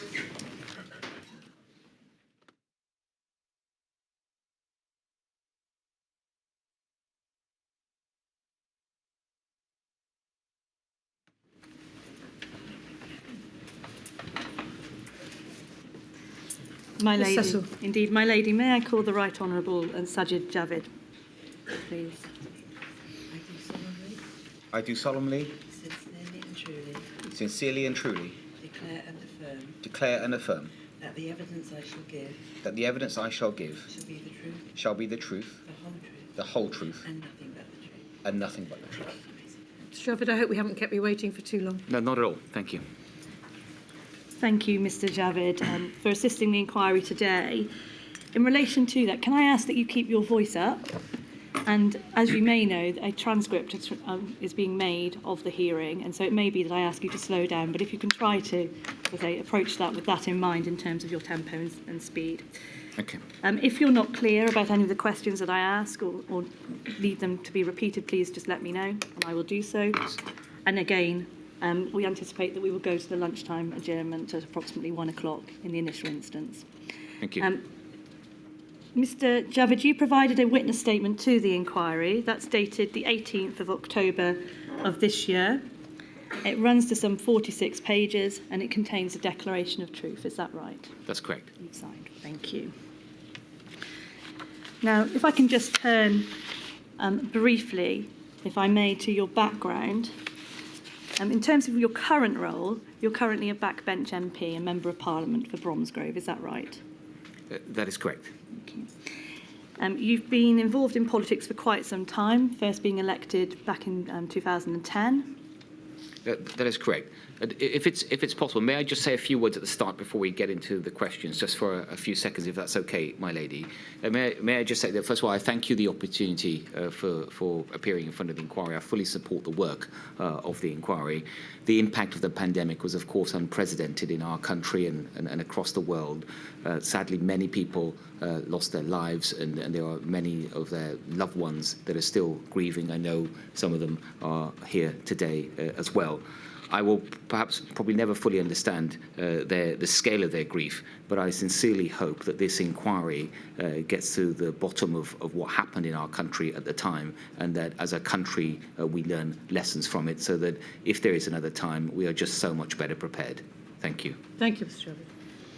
Mr. Javid, indeed, we are concerned today with the role that you played, firstly as Chancellor during the pandemic. That was at the very outset of the pandemic, until the 13th of February of 2020. And then subsequently, when you came back into government as the Secretary of State for Health and Social Care in June 2021. Yes. But just to give a little bit of background to that, you've occupied a number of cabinet roles within government. That's correct. First dating from 2014. Yes. Is that right? And that's when you were Secretary of State for Culture, Media and Sport, and Minister for Equalities. Yes. We continued through various appointments: Secretary of State for Business, Innovation and Skills, Secretary of State for Housing, Communities and Local Government, Home Secretary, and then, as we've heard, and then that's when you moved into your position as Chancellor. That's correct. So is it fair to say that you've had significant involvement in Cabinet, that the workings of Cabinet? Yes. And indeed, even before you became a Cabinet Minister, you were very closely working alongside other Cabinet Ministers occupying great offices of state. Yes, I had some junior ministerial positions.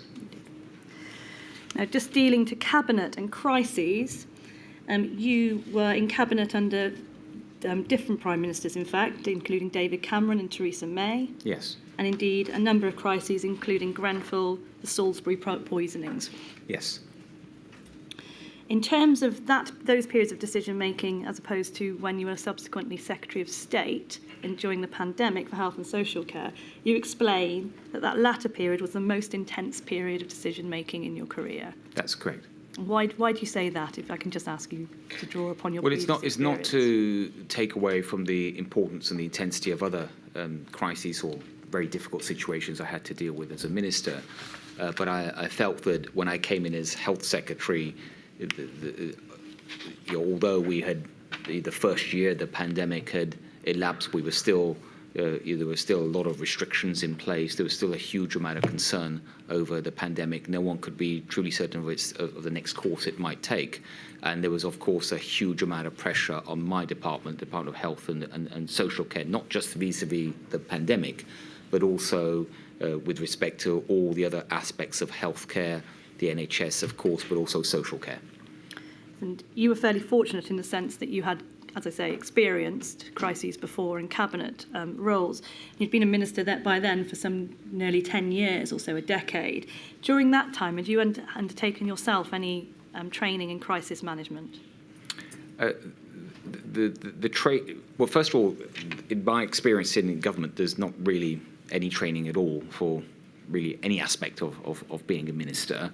And you asked me specifically about crisis training. So in general, there's no training. But the only exception I would make to that comment is that when I was Home Secretary, there was some training for particular types of crises that the country might face, which wouldn't be appropriate for me to go into what those might be.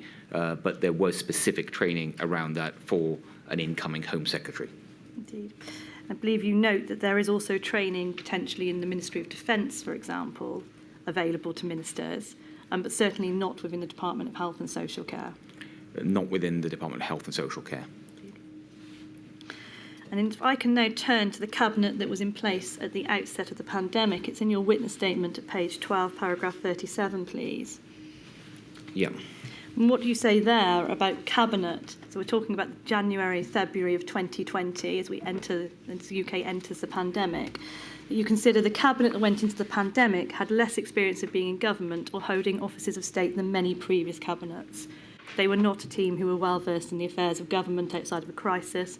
You can imagine that may have caused difficulties during the pandemic. If I can just touch there for a moment. When you say they had less experience of government, how did you see that playing out initially through that January-February period and more broadly in terms of the time that you were in cabinet? Well, the reason I've said this in my statement is because I think it's fair to say when this cabinet was put in place, and although there was some minor changes, I think right after the general election, this cabinet was essentially the cabinet that was put in place, I think, would have been July 2019 by the new Prime Minister, Boris Johnson.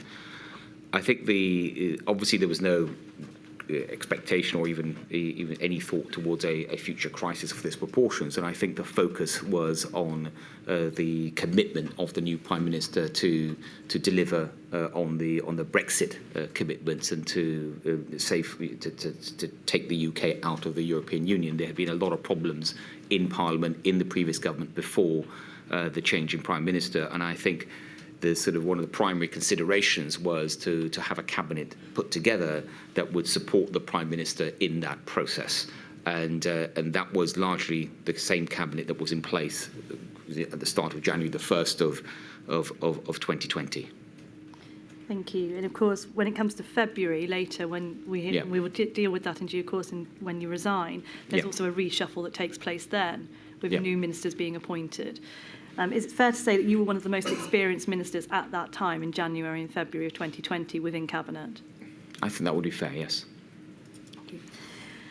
What you also say in relation to those issues is that the Prime Minister's office was not as strong or expert as it could or should have been. You described the team as being too small. Again, so this is looking at the Prime Minister's office number 10. Why do you make that observation?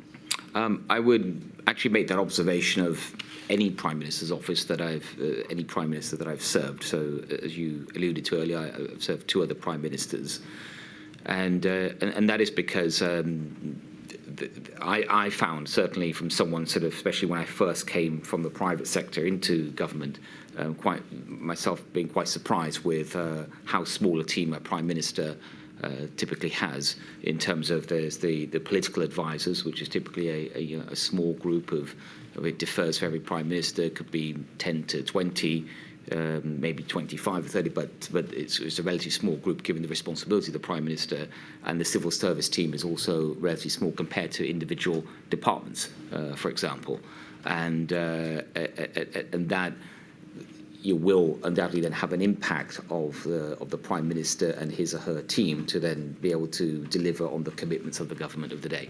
Do you see that as one of the structural deficits within the setup of number 10? I think it's an issue. Now, it has been said, other people have discussed this similar situation, might say that, but then there's the Cabinet Office. And then there's a minister, typically the CDL, the Chancellor of Treasury Lancaster, would lead the Cabinet Office. And the Cabinet Office is there to help coordinate initiatives across government to support the Prime Minister with his or her priorities. But then the Cabinet Office is also led by a member of the Cabinet, and whilst it is very responsive to what a Prime Minister may want them to focus on and advise on, that head of the Cabinet Office will also have their own set of priorities. So it's not the same thing as being an extension of the Prime Minister's office. So there is a distinction to be drawn effectively between the two in the way that they work and things policies that they are developing. Yeah. If I can turn now to looking specifically at the Cabinet and number 10 initially, as it existed in January and February of 2020, the outset of the pandemic, and call up your paragraph 37 again, please. What we see here is that your view was that Cabinet at that time was designed to place Dominic Cummings and the Prime Minister as the decision makers. The goal was to centralise power in number 10 with a preference for loyalty over experience. Now, you talk about the centralisation of power and decision making. Was that something that you were privy to at that point in time? Yes, that's how I felt things were. They were very centralised. And did that result in other ministers, including cabinet ministers, being excluded from decision making?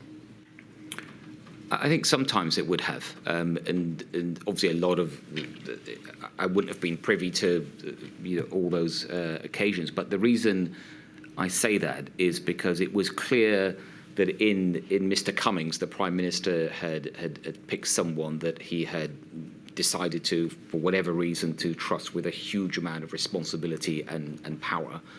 And many times I felt like that many of the key decisions were being made by Mr. Cummings and not the Prime Minister, in a way that I had not seen with any other Prime Minister, certainly that I had worked with.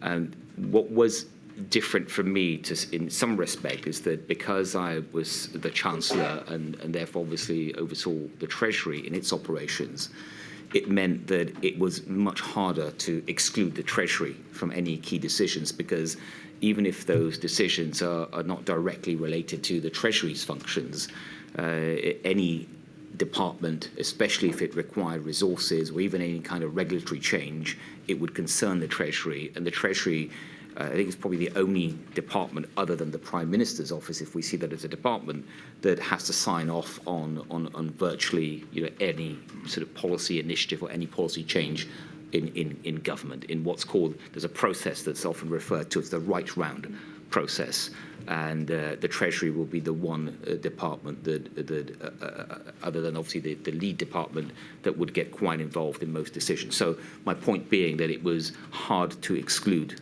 the Treasury, and then what that meant in the context of your question, Ms. Cecil, was that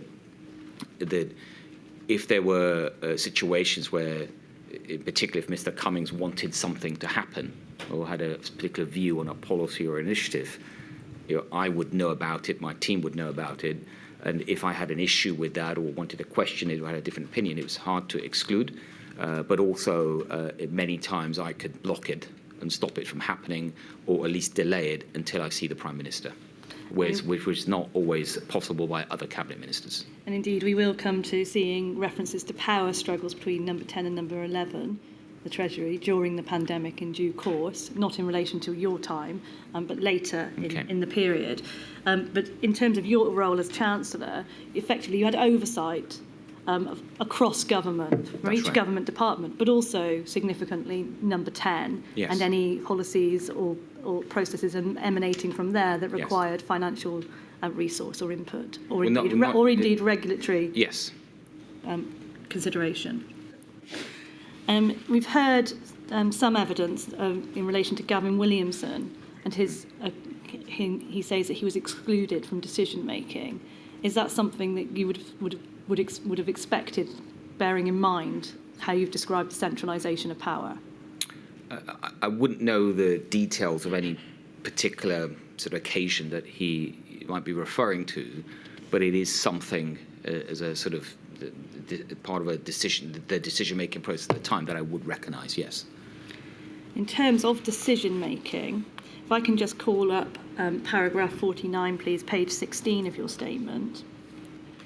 And you've touched upon this already in dealing with who was making those decisions in terms of how you viewed it at the time. Approximately a third of the way through. It refers to Mr. Cummings, who was in post at the time. You say, I'd say that during my time as Chancellor, I considered he sought to act as the Prime Minister in all but name, and he tried to make all key decisions within number 10, not the Prime Minister. Now, why do you say that? Because that's how things seem to be working at the time. So, for example, my private office, that's my group of civil servants that are directly serving me as Chancellor on a daily basis.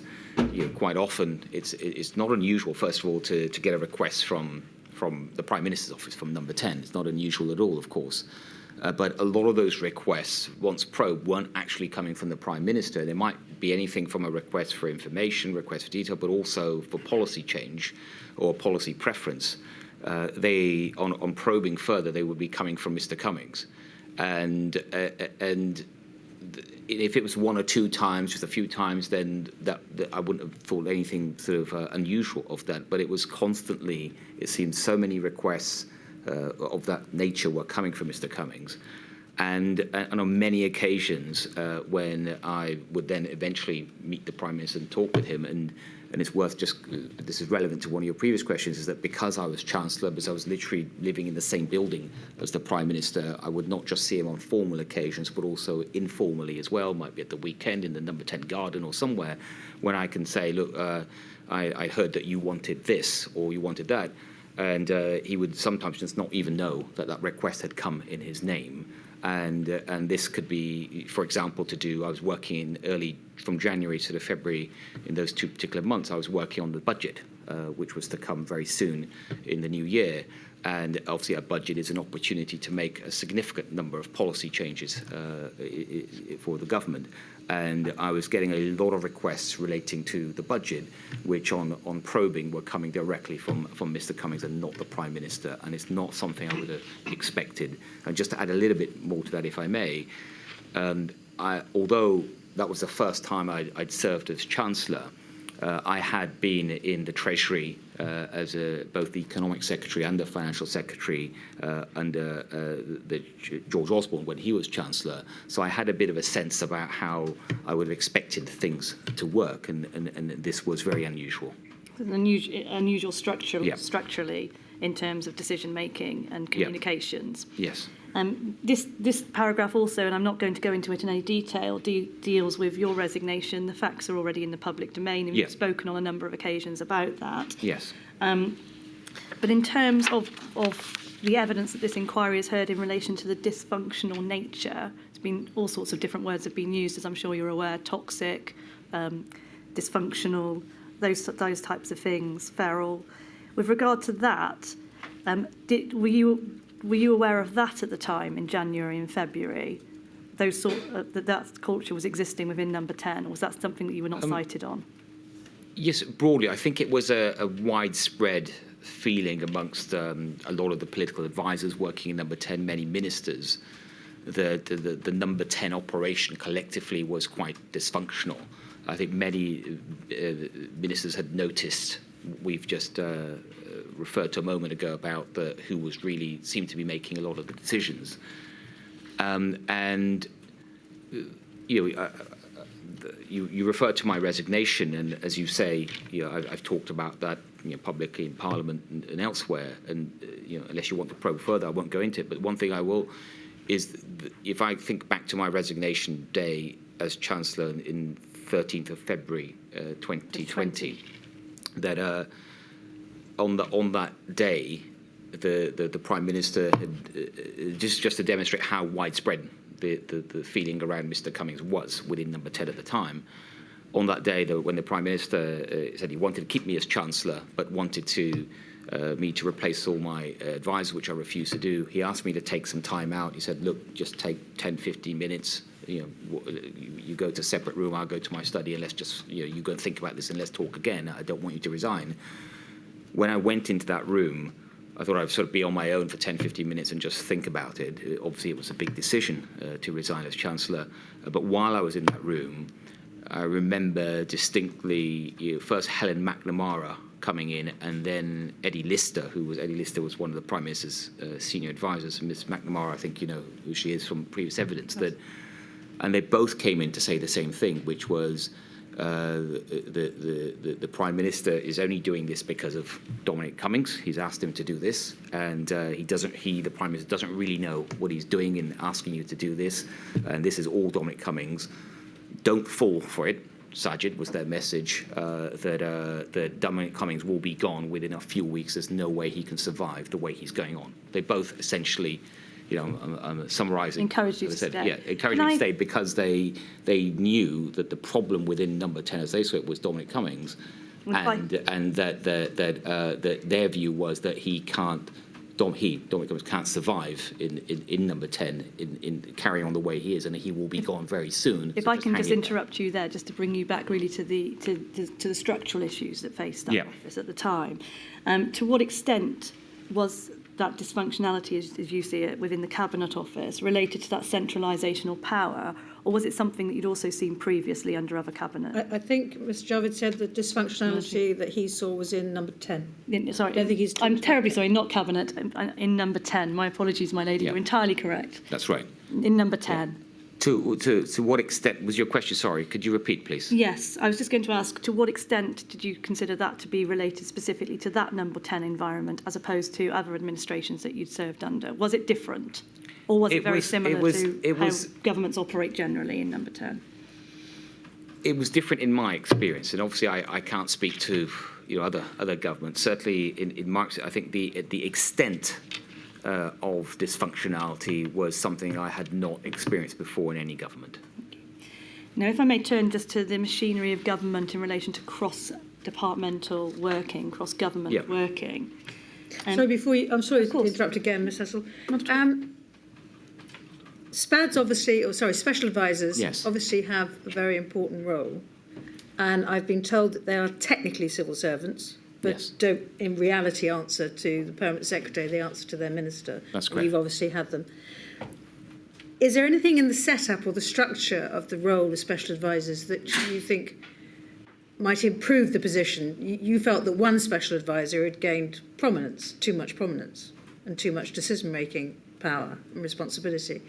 Is there anything you can think of in the structural arrangements that might help alleviate that situation without impinging on the discretion of a Prime Minister to appoint the special advisors he wants? I think, my lady, it's hard to think of something that would make a difference that wouldn't impinge on the discretion of the Prime Minister or the Minister. I mean, technically, I believe that all special advisors are appointed by the Prime Minister of the day. The Prime Minister can appoint them and also dismiss them. But they normally the relevant minister would have a say in who they would like to be their special advisor or not.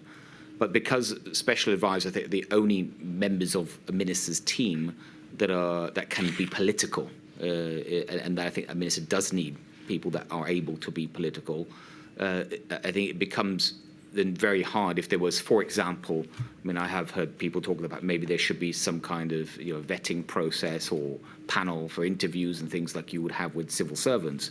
But I don't see how that could work with special advisors. I think a lot at the end of the day just comes down to the choices that a Prime Minister and Minister makes. Personalities, yes.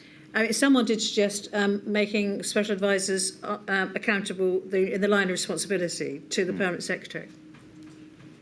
I haven't thought about that too much, but my initial reaction would be that it would probably make the political side of their work harder, given a Permanent Secretary cannot be or should not be political in any way. Thank you. Sorry to interrupt, Ms. No, not at all. And perhaps just rounding that one off, what about merit-based open recruitment based on competencies for those special advisors? Is that something you could see working? Again, Ms. Cecil, I'm not sure how that would work. I mean, there is. So first of all, I think in the process, if it's done properly, there is a merit part to it. In that, I think most ministers would clearly want to pick people to be their special advisors that they believe are up to the job and can carry out the role. But it is, if what you're getting at is that it's not a process where there's as I say, like a panel or some kind of objective process that's gone through, then I think introducing that into the process would take something away as well, which does have value at times, and that is the ability for ministers to consider things from a political perspective, which at the end of the day, all ministers are also politicians, and they would need to have advice on that. So, for example, when a minister, if I give you one quick example, in all my ministerial roles, I appeared in front of media, at least once a week. Sometimes when I was health secretary, I'd be doing 5 or 6 days a week. And obviously the media can ask you any question you want, and some of those are deliberately political, and you need to be well prepared for that, and only special advisors can prepare you for that. Well, those are still competencies, aren't they? And really what I'm asking about is some sort of open transparent, fair recruitment process. You say it could may take things away, but one of the criticisms that has been raised in evidence during this inquiry is the lack of diversity in terms of both politicians and those in cabinet, but also those advising and surrounding them. Wouldn't it also potentially add something in terms of that potential opening up in terms of diversity?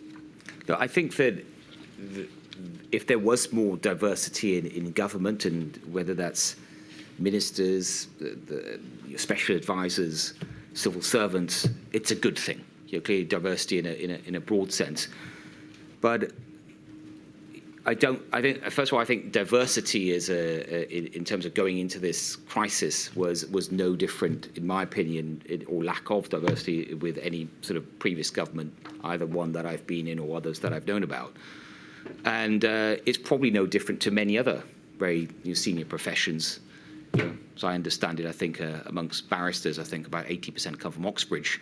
I think it's probably not too different in many other professions. I think you'll find the figures are rather different today.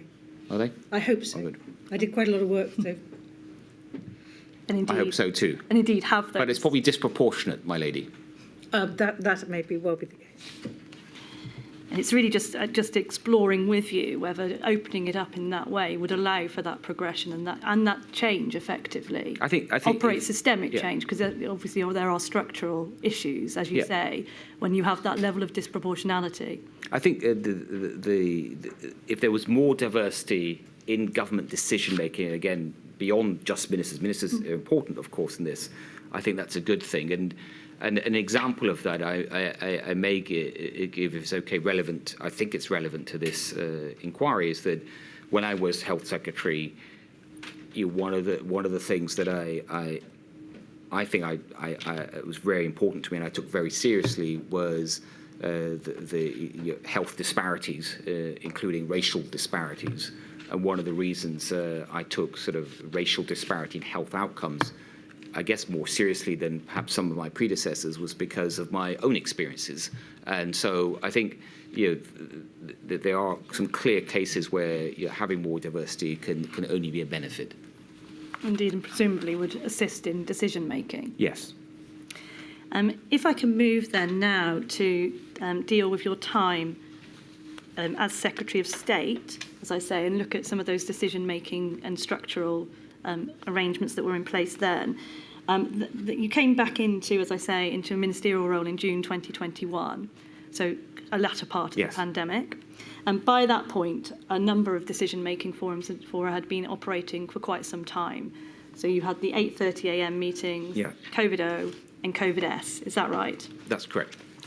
And so at the point when you came back in, there was a rhythm in terms of decision-making and those meetings. Yes. Now, just dealing, if I may, with the 8:30 a.m. decision-making meetings, that's the primary meeting as far as you are concerned, which involved decision-making. Is that right? It was probably the most important meeting, of the day. And as it suggests, every morning at 8:30, and certainly when I first became Health Secretary in June 2021, those were daily meetings, including most weekends. And just to deal with those individuals that were in the room at that point, that's the Prime Minister, other relevant ministers, as and when needed, heads of the NHS, and the Chief Medical Officer, Chief Scientific Advisor. So a broad range of people. Yes, and a number of the Prime Minister's advisors. Indeed. Yeah. And then just dealing with decision-making from the centre, can I just take you, please, to paragraph 43 of your witness statement at page 14? Yeah. What you do say in relation to that is that a lot of the decisions made from the centre were made at the last minute because of lots of back and forth between the departments. And so as the consequences of that are really what I'm interested in. That seems to be... Yeah. And what we see there is that resulted in decisions being made shortly before they needed to be implemented, which caused confusion and problems with effective communication to the public and to others. Can you give us an example of that, please? Yes. So of course, my department, Department of Health and Social Care, that was overall responsible for health. Like many things with health, but especially during the pandemic, a number of the decisions that were being made, and I think in this paragraph I've used an example of travel restrictions, that other departments would have a huge involvement, and in some cases they'd be the lead on any potential travel restrictions. And so an example would be when the Department of Health may have a view that on travel restrictions, be it on testing or certain countries. For example, there was a colour coding of countries at the time. Then that would be a view of the Health Department, but it would require a government decision. But in coming to that decision, the view of the Department of Transport would be very strong as well, and strongly taken into account. And would that decision then would that decision be made with you initially and then change subsequently? No, I wouldn't go as far as saying the decision would be made with me. It would be that I would have a view on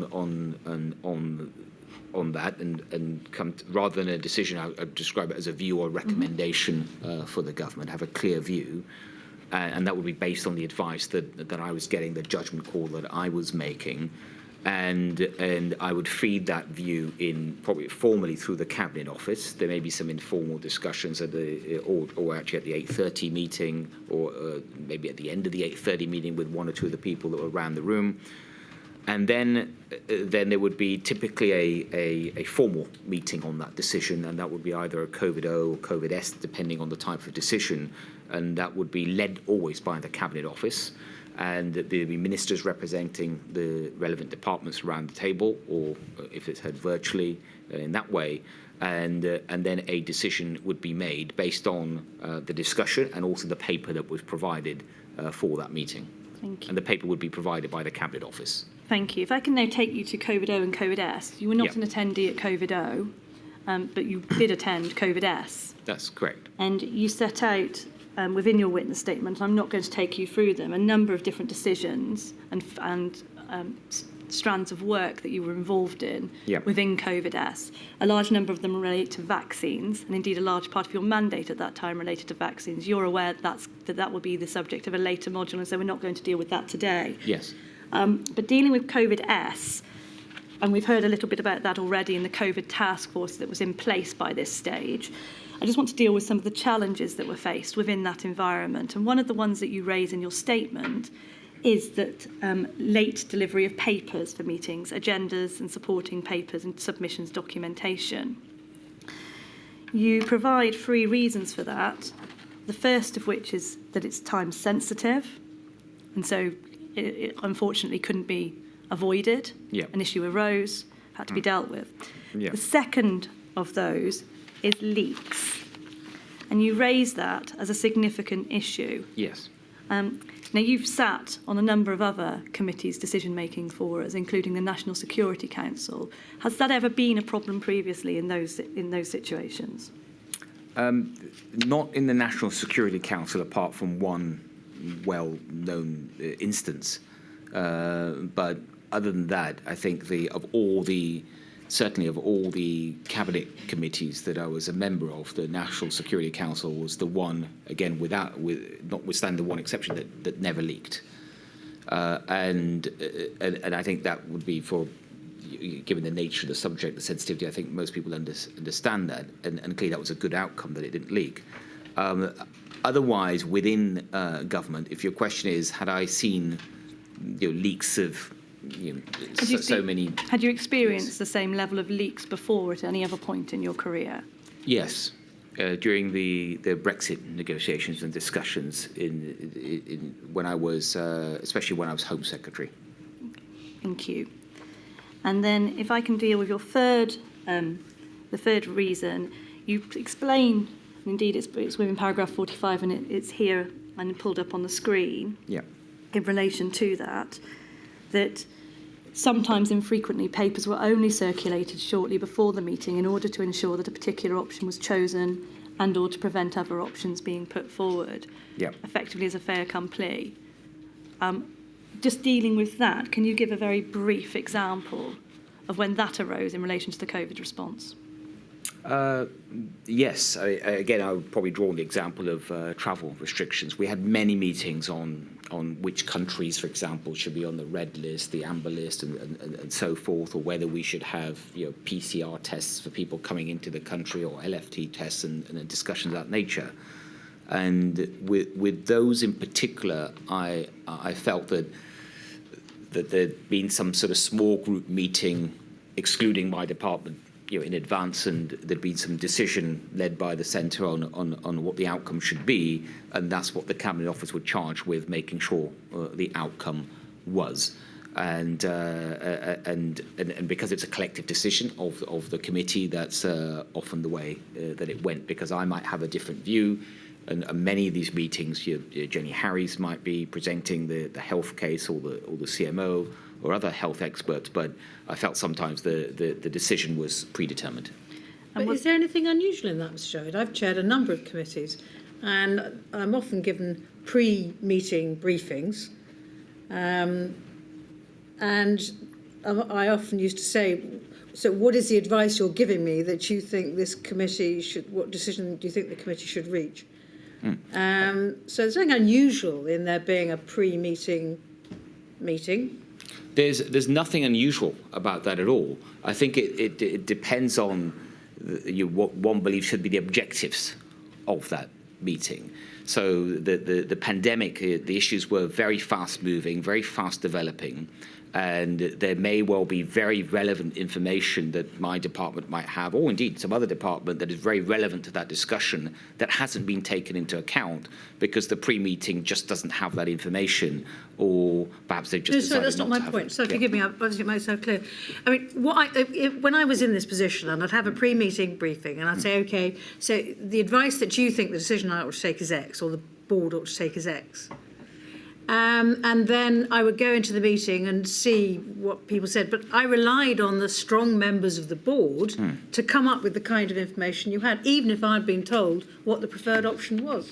That's right. And so in the examples that we're discussing here, in these meetings, if there were COVID-S meetings, I would typically be at that meeting. I would make the case strongly on behalf of what I believe is right, what my department believes based on the evidence is right. But sometimes I felt that no matter how strongly I make that case, it just wasn't going to. The decision had just already been made, and it wasn't going to be fully taken into account, no matter how strongly I made that case. Thank you. Moving then, if I may, to other meetings and other relationships, you explain that you had a relationship with your counterpart in opposition. And yes. How would you describe that relationship? Did it work well? Very good and constructive. There were two counterparts I had during my time as Health Secretary, and with both, I would describe them as good and constructive. And in dealing with the relationships between your team and you and your department and the devolved administrations, yeah. and with specific respect to the COVID-19 response, you explained that you had weekly meetings. Was that something that you instituted?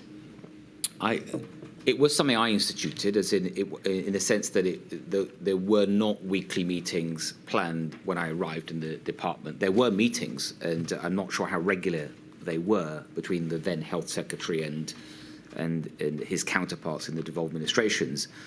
But I felt from day one that it's really important to work together, to listen to each other, and not least because obviously, I came out of the United Kingdom, but I also understood that England, as a administration, was making a lot of the key decisions that would affect other the devolved administrations, such as on travel we talked about, which is not devolved, the vaccine decisions, and I thought it was important to be working well together and, where possible, to coordinate, especially on vaccines, because I thought it was a huge issue of public confidence if we all were seen to work together in tandem and say the same thing.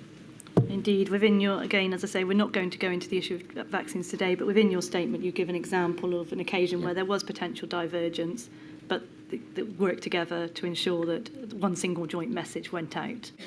Yes, and we had all, even before I became Health Secretary, I think there was a general understanding to to accept the advice of the JCVI, the expert committee that advise England and Wales on vaccines. So for the other devolved administrations in Scotland and Northern Ireland, voluntarily agreed to accept that, but also to, when decisions were made by the JCVI, to make sure that all the CMOs of the devolved administrations were aware of that, and that when it went public, that we did it at the same time.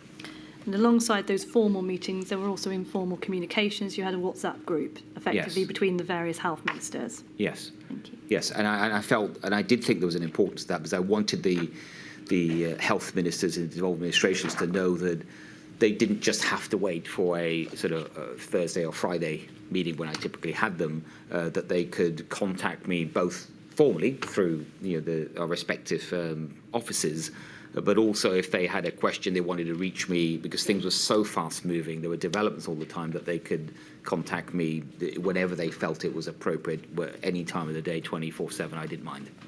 Now, you will have heard various things being said about the use of WhatsApp during the pandemic. Did you find that to be a useful tool, or were there any disadvantages?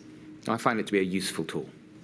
I mean, for the purposes of that type of communication, yes, obviously there were other things that you wouldn't, it would be not useful, but in general, I found it a useful tool. There was a point later in the pandemic, in November, when the Welsh Government and the Scottish Government called for a COBR and wrote a letter to the Prime Minister. You replied to that letter. There's no reference within the letter to a COBRA subsequently taking place, but is it right that a COBRA was convened as a consequence of those requests? I believe it was convened as a consequence of this request. That's correct. I also believe, if I remember correctly, I think the First Ministers did not write to me. They wrote to the Prime Minister. I was asked to reply on behalf of the Prime Minister, which is not unusual, a department replying on behalf of the Prime Minister. And very soon a decision was made by the centre, because it's always a prime ministerial decision to hold a COBRA, to go ahead and have a COBRA, which I believe, if I remember correctly, I think Michael Gove, the CDL at the time, chaired. He did indeed, and we will move to that when we look at some of the decision making. It concerned Omicron. Yeah. But in relation to that, was that the first COBRA that's been convened since you took up office in June of 2021? Since I returned to government, I believe so. Thank you. Now, what I'd like to do now, Mr. Javid, is turn to your role as Chancellor and just have a look at how the situation developed in relation to COVID-19 through January and February, from your perspective in the Treasury. Yes. It's fair to say that your involvement was relatively limited because of your limited time within that position. That's right. But with regard to the COBRAs that we've already heard about in late January and early February, is it right that you did not attend any of those? That's right, I did not attend. And can you recall if you were sent any notes of those at all? Notes, first of all, I did attend, but that doesn't mean to say the Treasury didn't attend. The Treasury were represented. Yes, so if there was a COBRA, I would expect there will always be a Treasury representation, and it may well also be a senior Treasury representation. And what I mean by that is that the Treasury is the only department that has two cabinet ministers. So it could be the Chief Secretary attend, so it's still very senior representation of the Treasury.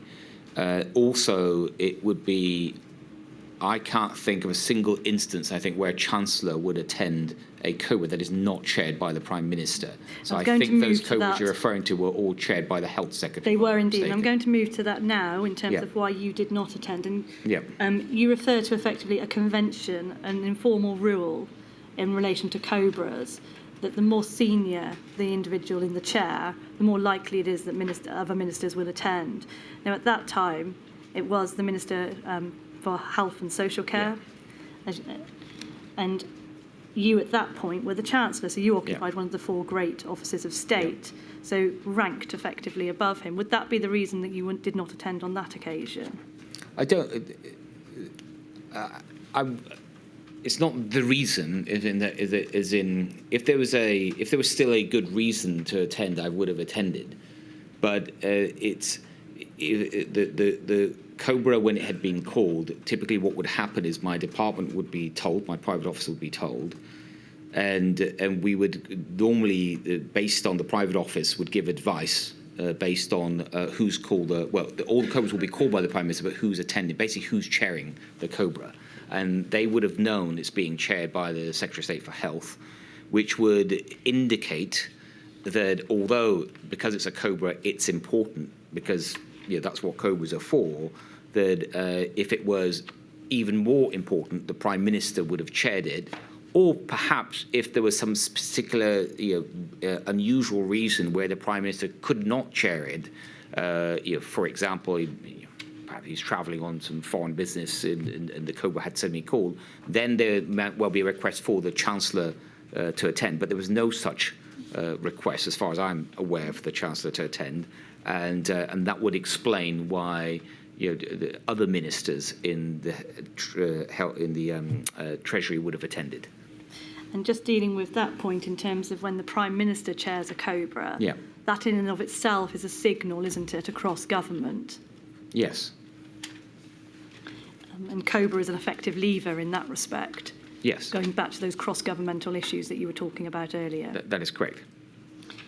Now, dealing with the COBRA and COVID update, you were provided with a short briefing on coronavirus on 24th of January of 2020, and that's INQ 000328748. And we see that here. It gives details of Professor Sir Chris Whitty's update at the COBRA meeting. Effectively, nothing really new aside from that was already being reported in the news at that stage. It just then goes on to discuss the triggers. It will be the responsibility of the CMO to assess whether those points have been met. Thought that the outbreak development will move fairly slowly. It will take a few weeks before it is an issue here. As I say, this is the 24th of January. Yes. Of course, things changed much more rapidly than that, and the first cases were notified on the 31st, less than a week later. Yep. And it talks then about the other triggers for reassessment. The next line down reads, the risk to the UK is low and is expected to remain low. Yes. What was your understanding of that? Did you understand the risk being low to mean as at that day? Or did you understand it in terms of the expected to remain low for the immediate future, short term or medium term? I would have understood expected to remain low for the sort of in the sort of next few weeks, next couple of months, is expected to remain low. And then the remainder of the update really deals with the response in terms of ports and what was taking place there, leafleting and so on. In respect to the Treasury's focus at that time in relation to the potential pandemic, is it fair to say it was very much focused on the impact on the Chinese economy and any potential overspill in that regard in terms of the global economy in the UK? Yes, I'd phrase it slightly differently, if I may. Of course. It was considered, the Treasury was concerned about the impact on the UK economy. Of course. Primarily the UK economy, because of what was happening in China, given the fact that China was the second largest economy in the world, and also as an open trading nation, the UK would clearly be impacted by that. Indeed, if I can just bring that up for one moment, it's INQ 000328752. This is a submission that you received on the 5th of January. It's a briefing about the impact of COVID. As I say, as you identify, it predominantly focuses on the Chinese economy, but in terms of its potential impact on the UK in that respect. But is it reflective of how the threat was being viewed by government at that point, that any impact would be relatively limited and very much viewed through the impacts or trickle-down consequences of the impact on the Chinese economy? Yes, so this is 4th of February 2020. And as you can see, this is a note to me from the Treasury team. And as we just referred to, I think it sort of is very much focused on the economic impact from the UK from a sort of China slowdown, perhaps international travel restrictions. Your question, is this a fair reflection of the view of government? I think because it's focused on the economy, it's more a view of the Treasury. But the input into this in terms of the pandemic and the pathway, I guess it wasn't even necessarily referred to as a pandemic then, but this new virus would have come from the health department, notwithstanding the Treasury itself does have scientific advisors as well. And you then sent a subsequent letter to the Prime Minister regarding the economic impacts of COVID-19. Yeah. That again was sent in February of 2020. Yeah. Setting out how effectively Her Majesty's Treasury, as it was then, saw the key risks to the UK economy. At that stage, we see here on the first page, it's the risks to the global economy. If we go to page 3, please. It sets out the potential risks to the UK economy. Yes. Effectively, if the impact of deals firstly with the economic impact would be largely from a slowdown in China, could be in the range of 0.1 to 0.2 percentage points. However, the impact of an outbreak of COVID-19 on the UK economy is highly uncertain. It then goes on to explain it's really, as you can see here, it predominantly focuses on supply chains and employment. Yes. And time in work. Those are the areas in which it focuses. It then continues to set out the initial Treasury analysis. It bases it on a reasonable worst-case scenario of a UK pandemic flu outbreak. It explains 50% of the UK workforce are infected, 2.5% mortality rate, and a duration of 4 months. And so, as I say, this is based on this is based very much on the UK pandemic in terms of a flu pandemic. That's right. It's starkly different to what was eventually to eventuate. Yes. Sorry, I was wanting that. With references to gross outputs and GDP falling of 1.5 to 2%. And of course, as we know, it was much more significant than that. Yes. And the pandemic lasting significantly longer than 4 months. Did you receive a response to this letter? I don't recall a response to this letter. And in terms of the Treasury at this point and until your resignation, Yes. is it right that you did not receive any advice about the impact of MPIs or a pandemic upon the UK economy in that respect? No modelling, no advice? Well, as you, Ms. Sessa, you just referred to in this note, and this is on I think this note would have been on the back of the advice that, which was on the piece of evidence you showed just before this. I think this is a repetition of those numbers that were in that note that was given to you by the Treasury. I think the assumption the Treasury made at the time was on a pandemic, but based on flu. And so, in terms of your question regarding NPIs, I don't recall at this time, which would have been, I guess, early February, because I left by the 13th, receiving or indeed asking for, to be fair, for any kind of advice on NPIs, your non-pharmaceutical interventions. And indeed, you do make that clear in your witness statement. It's at paragraph 18 and 26 that you didn't see any modelling in respect of MPIs, any economic plans in respect of the response, or any discussion about vulnerable or at-risk groups or financial packages during your time as Chancellor. No. Thank you. Going back to you didn't recall a response to this letter. Have I got it wrong, Mr. Javid? It looks to me like a briefing by the Chancellor of the Exchequer to the Prime Minister. Yes. And you weren't expecting a response. You were providing information. Yes, this would be it's possibly an unsolicited sort of note from me to the Prime Minister. I think that's the most I don't think the Prime Minister had asked me for this. It was me setting it out to him. But I would, you're right, my lady, I would not necessarily have expected a response to that. Certainly in writings, the Prime Minister might mention it to me at our next meeting, but I wouldn't have expected a formal response. Or your private offices may have acknowledged it between them. That would certainly have happened. Yeah. And if that had happened, you'd have never been presumably any the wiser. Yes, but I don't think, I wouldn't need to be told that because there's, one of the jobs of my private office was to try and keep me informed of what they thought was necessary. Now, moving to another issue during this period, and that's one of border controls. That was a particular concern of yours and continued to be a concern of yours throughout the pandemic, including later when you returned as Secretary of State for Health and Social Care. With respect to that, you'd had a number of conversations starting from the 31st of January with Secretary of State for Health and Social Care and the Foreign Secretary, so Matthew Hancock, Dominic Raab, about your concerns. Is that right? Yes. And you were told at that point that it was not an effective barrier, in short, unless other countries were doing the same. Yeah, if I may, just to expand on that a little bit, what had happened was that you can see from the evidence that you've shown the kind of advice I was getting from the Treasury, which by necessity was obviously economic focused, understandably. I was also, in terms of the broader sort of issues around the virus, the spread of the virus in China to some other countries, just getting concerned. So outside of my responsibility as Chancellor, but just as a member of the government, not just thinking as the Chancellor.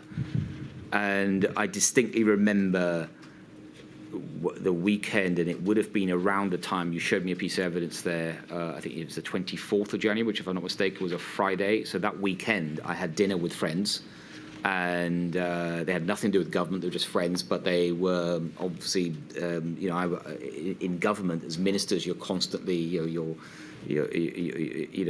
not interacting with the real world in the ways that you might want to. You're constantly busy. I was walking. I was in my ministerial car everywhere. So I was getting this information really for the first time from friends that were very concerned about the virus in China. One of them did a lot of business in China. And also one of them had a friend that was an epidemiologist and he was expressing the concerns that had been expressed to him. So it just made me much more concerned that weekend. That is why a few days later, I think on the 31st of January, when there was a cabinet meeting, I believe it was a regional cabinet meetings outside London, I got hold of Dominic Raab and Matt Hancock, brought them together on the sidelines of the cabinet meeting, and expressed my concern and said, I'm really concerned about this virus. What more can you tell me? But especially I'm concerned about why are we not doing anything about our borders and flights, in particular from China, because obviously we had so many flights. I remember Dominic Raab quite rightly saying to me, first he shared the concern, both of them did, but he also said that's an unusual concern for a Chancellor to have, because he said, I thought your team would be telling you not to stop flights. And I said, well, this isn't about my team, this is just about what might be the right thing to do. And then I said I wanted a meeting with the CMO. Up until that point, I'd never spoken to the CMO or anyone in the health department. Bring you to that. Yeah. You did receive advice, and I'll take that very shortly, if I may, from your department. Yes. And that advice was not to stop flights, partly because of the impact economically. Yes. And you described that as your officials were thinking it was also odd that you were asking about stopping flights. Yes. And could not understand why you were pushing it. Yeah. And in respect of that, just stepping back for a moment and looking at the role of the Treasury, you identify that you do have concerns in that respect with regard to how the Treasury sees that, because they are very much focused purely on the economics and the economy of it. That would be their primary concern, yes. Indeed, of course. One observation and criticism that's been made of the Treasury is that it produced economic analysis when it suited their policy objectives and would not necessarily produce the counter-analysis or the counter-argument or more broad analysis in terms of the economy. Is that something that accorded with your time there within Treasury? During my time at the Treasury, including my time as a junior minister of the Treasury as well, my view was if you wanted a sort of counter-analysis, a counter-narrative, you had to ask for it as a minister. It would not be something that would automatically be presented to you if you're faced with a policy decision. Thank you. In terms of the way that it operates across government and feeds in those analyses, would it only do so when it was advancing a policy objective? When you say it, do you mean the Treasury? The Treasury to government? Treasury supports. Generally, yes. Thank you. Now, just going back to the chronology, you were explaining that you met then with the CMO, so Professor Sir Chris Whitty. You had a conversation in relation to him, but again, you were provided with the same advice, that it was of limited use or utility in relation to stopping the pandemic. Is that right? Yes, I demanded a meeting with the health department and the key officials after I'd spoken to Matt Hancock and Dominic Raab. And that meeting, I wanted it ASAP, and I believe it took place then on the 3rd of February. The ministers, all of us were, and our civil servants, we were physically in the meeting. It was in the Foreign Office. If I can just draw you back to the specific advice that you were being provided with at that time. Yeah. As I say, I just want to summarise it, if I may. Yeah. Was that the scientific advice was that it was not of great benefit. That's right. So Chris Whitty was on the phone, and the advice was that having having flight restrictions with China would have very little impact, and so it was worth it. Indeed. And you ultimately accepted that Yes. advice. You later were to raise concerns within the Treasury about the possible wider economic impact of COVID-19 beyond the Chinese economy and import-export. Is that right? Yes, I believe so.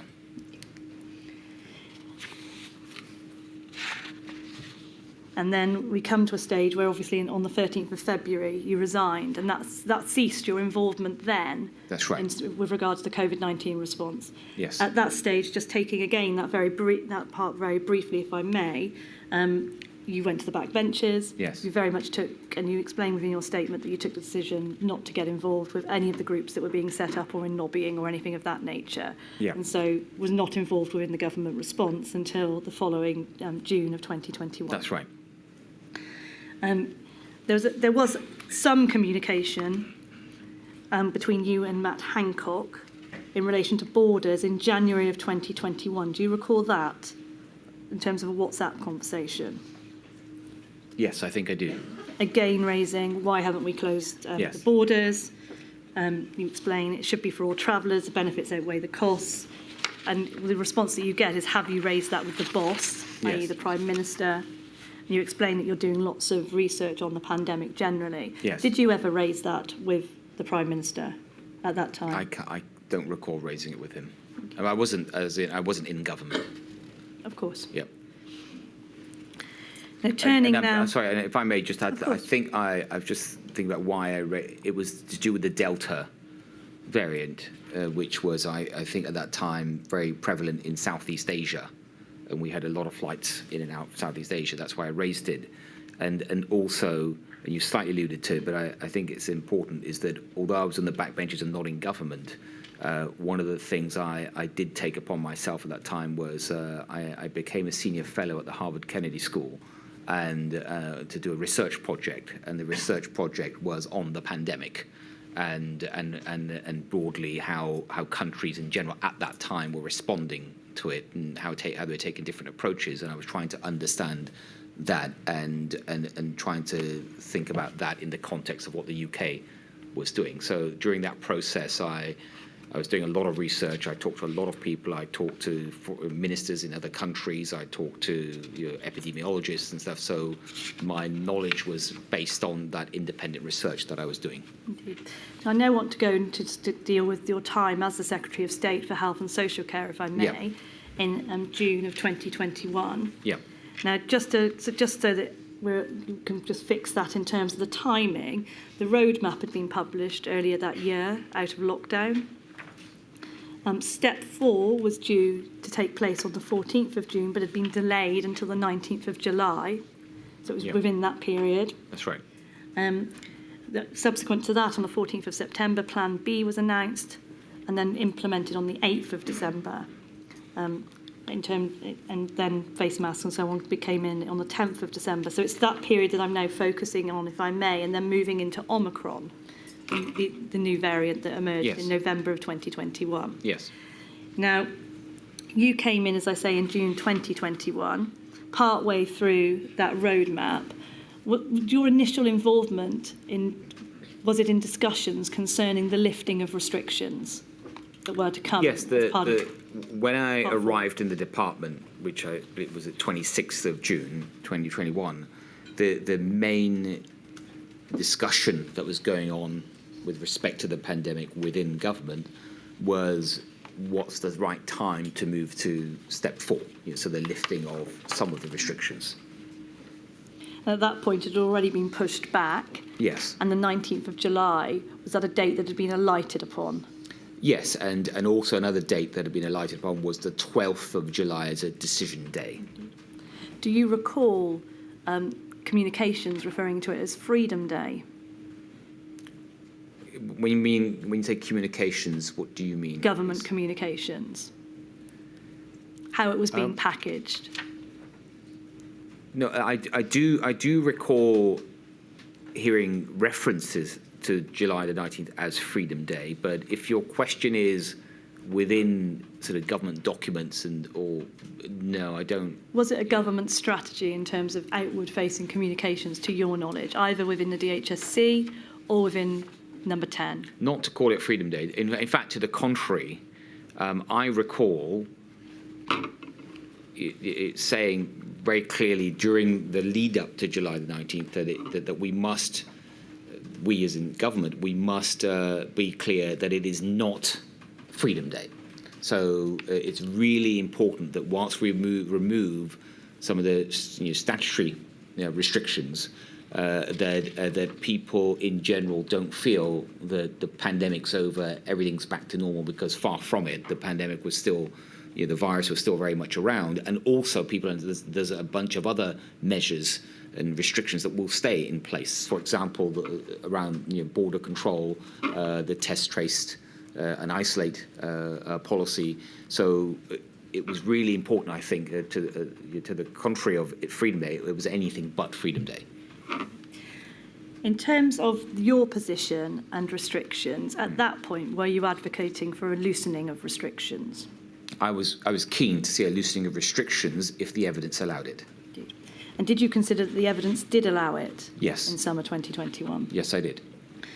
Do you recall, if I may just call up Patrick Valence's notes, please, INQ 002733901. This relates to the 30th of June of 2021. Yep. A meeting with COVID dashboard.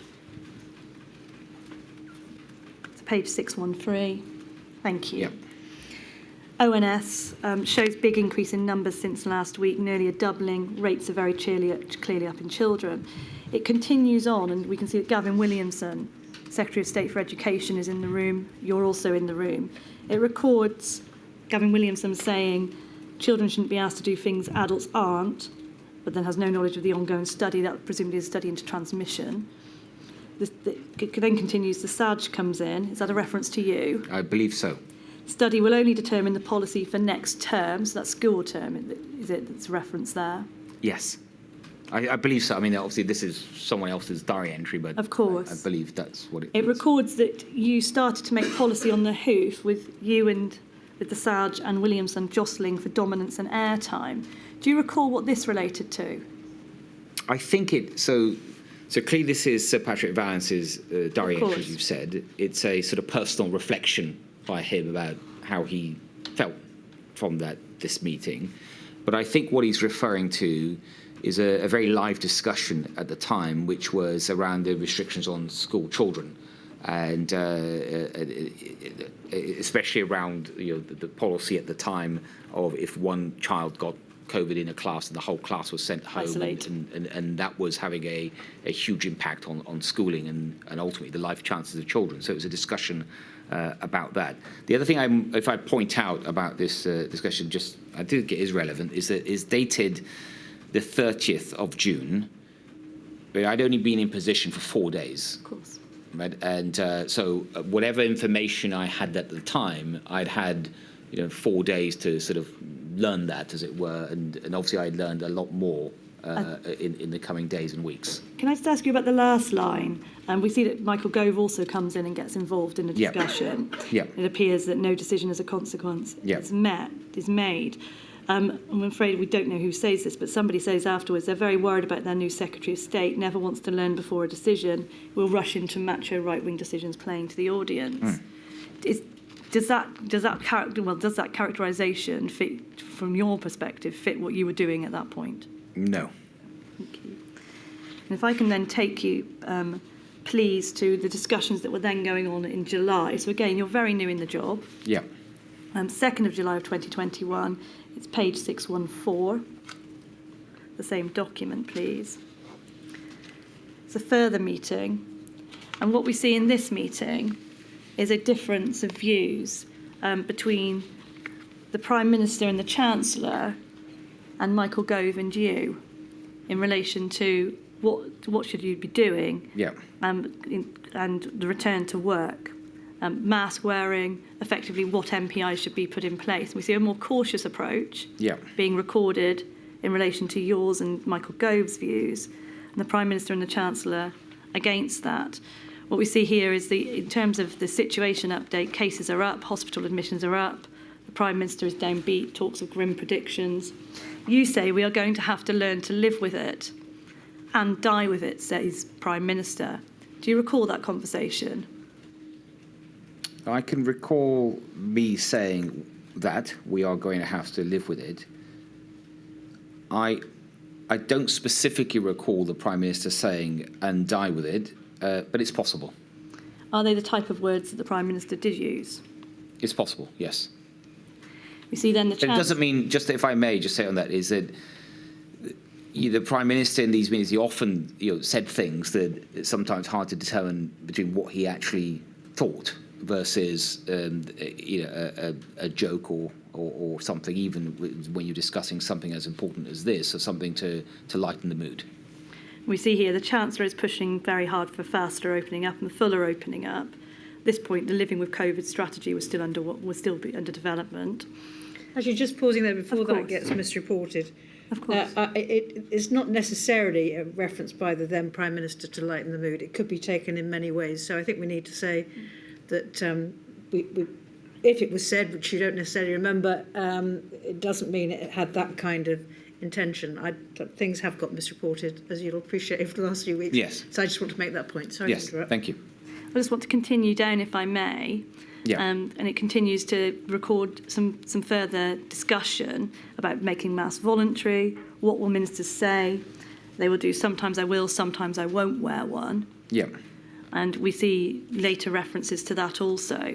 Are we going to encourage people to wear masks? Are we going to continue with this bollocks? It says he wants everyone back at work. We can't have the bollocks of consulting with employees and trade unions. They all need to come back to work, all the malingering work-shy people. And then goes on to ask or say, how much of the CS, presumably civil service, is back? How would you be able to tell?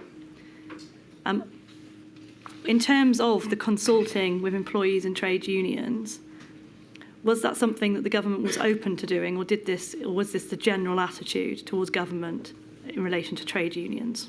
Other than the health trade unions, I wasn't dealing with the trade unions, and I think this is probably a reference to the wider sort of group of trade unions, and so I wouldn't have been involved in that.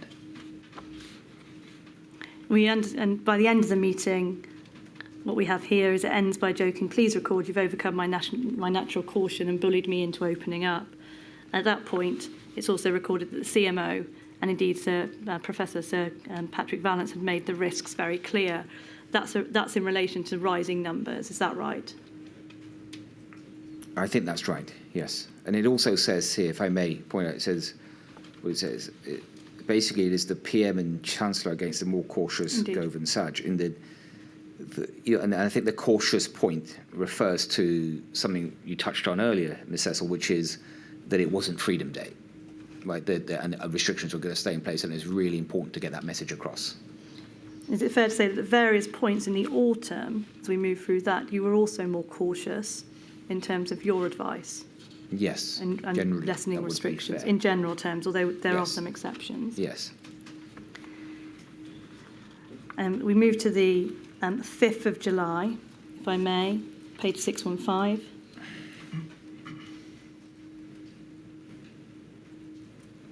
We see there it's a COVID-0 reference. Cases are still going up, but the Prime Minister wants a considerable package of freedoms. We see in references to Gavin Williamson and schools. You come in to say the message is the pandemic is far from over. The link between cases and hospitalisation is weakened but not broken. What were your concerns at that point? First, it's something we referred to a moment ago, which is that the pandemic was far from over, that it wasn't Freedom Day. We still are in a pandemic, and yes, I felt, and maybe for reasons we might come on to later, that that July sort of leading into the summer was the better time. There's no perfect time, but was the better time to try opening up. So I strongly felt that, and in the end, I think we made the right set of decisions around opening up in the summer. But what I wanted to get across was that people shouldn't get this message that it's over, and we must all remain cautious. Even if there's no government restrictions, people should be advised to remain cautious. For example, if they're meeting vulnerable people, if they're meeting elderly relatives, going to a care home, things like that. Also, there's this point here about the link between cases and hospitalisation is weakened but not broken. I did say that a number of times around this time because, well, I meant it. There was some sort of sense amongst some people, I felt, within the decision making that the vaccines meant that hospitalisation won't happen, or there'd be a lot less of it. And my fear was that yes, the link is weaker, which is good, in that there's less of a link between infection and hospitalisation, but there was still a link. And as I say here, it wasn't. We mustn't pretend or think that there's no link anymore. Clearly, there was. And we see here that the Prime Minister refers to the decision to postpone. That's step 4, presumably, of the plan. And indeed, it was postponed from June into July. He says it was the right one because it gave us more time to vaccinate those that we've broken the link between cases and hospitalisations. So is it fair to say you had different views on that link at that point between? Yes, I think I was very concerned about that link, and I felt on the point Ms. Cecil, you just made about vaccination, is that that time, that even a couple of weeks, made a big difference in the pace that vaccinations were going, in terms of people either getting their first vaccination or their second.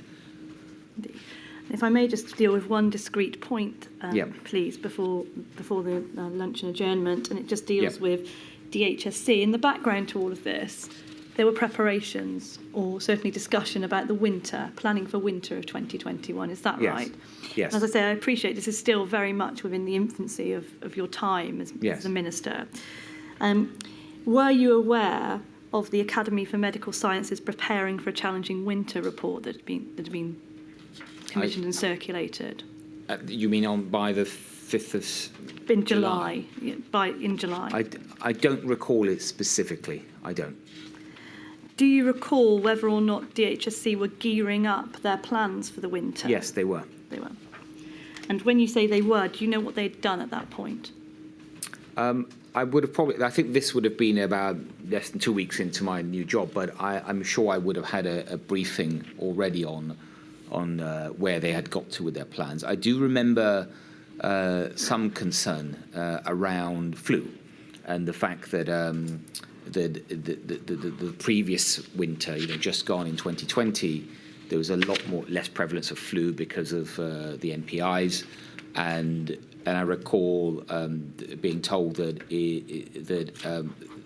there could be a real resurgence in flu around the winter because there were just less natural immunity around, and having a number of discussions around flu vaccinations in particular around that.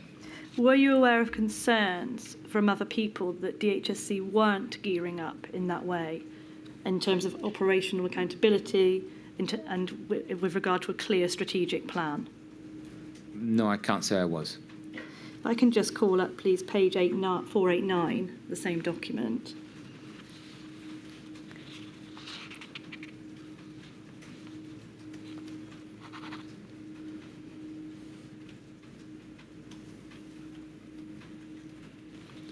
What we have here is a note from Sir Patrick Vallance again. It says this is in relation to DHSC, so the actual department.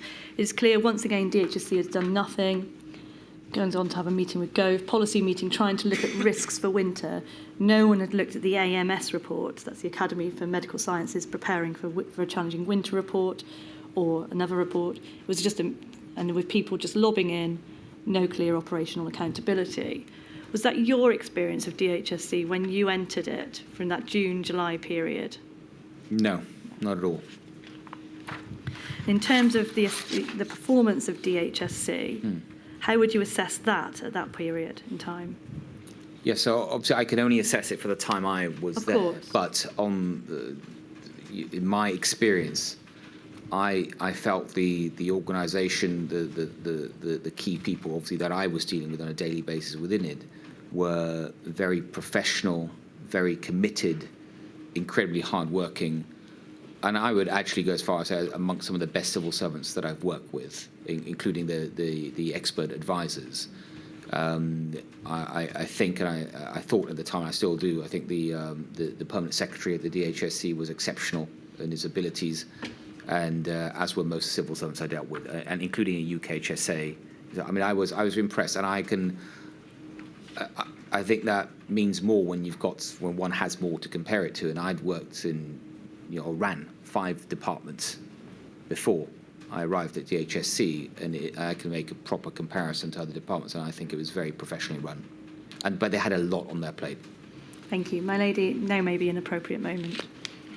Certainly. I'm sorry that we can't finish you before lunch, Mr. Javid, but we will definitely finish you today because we have another witness coming this afternoon.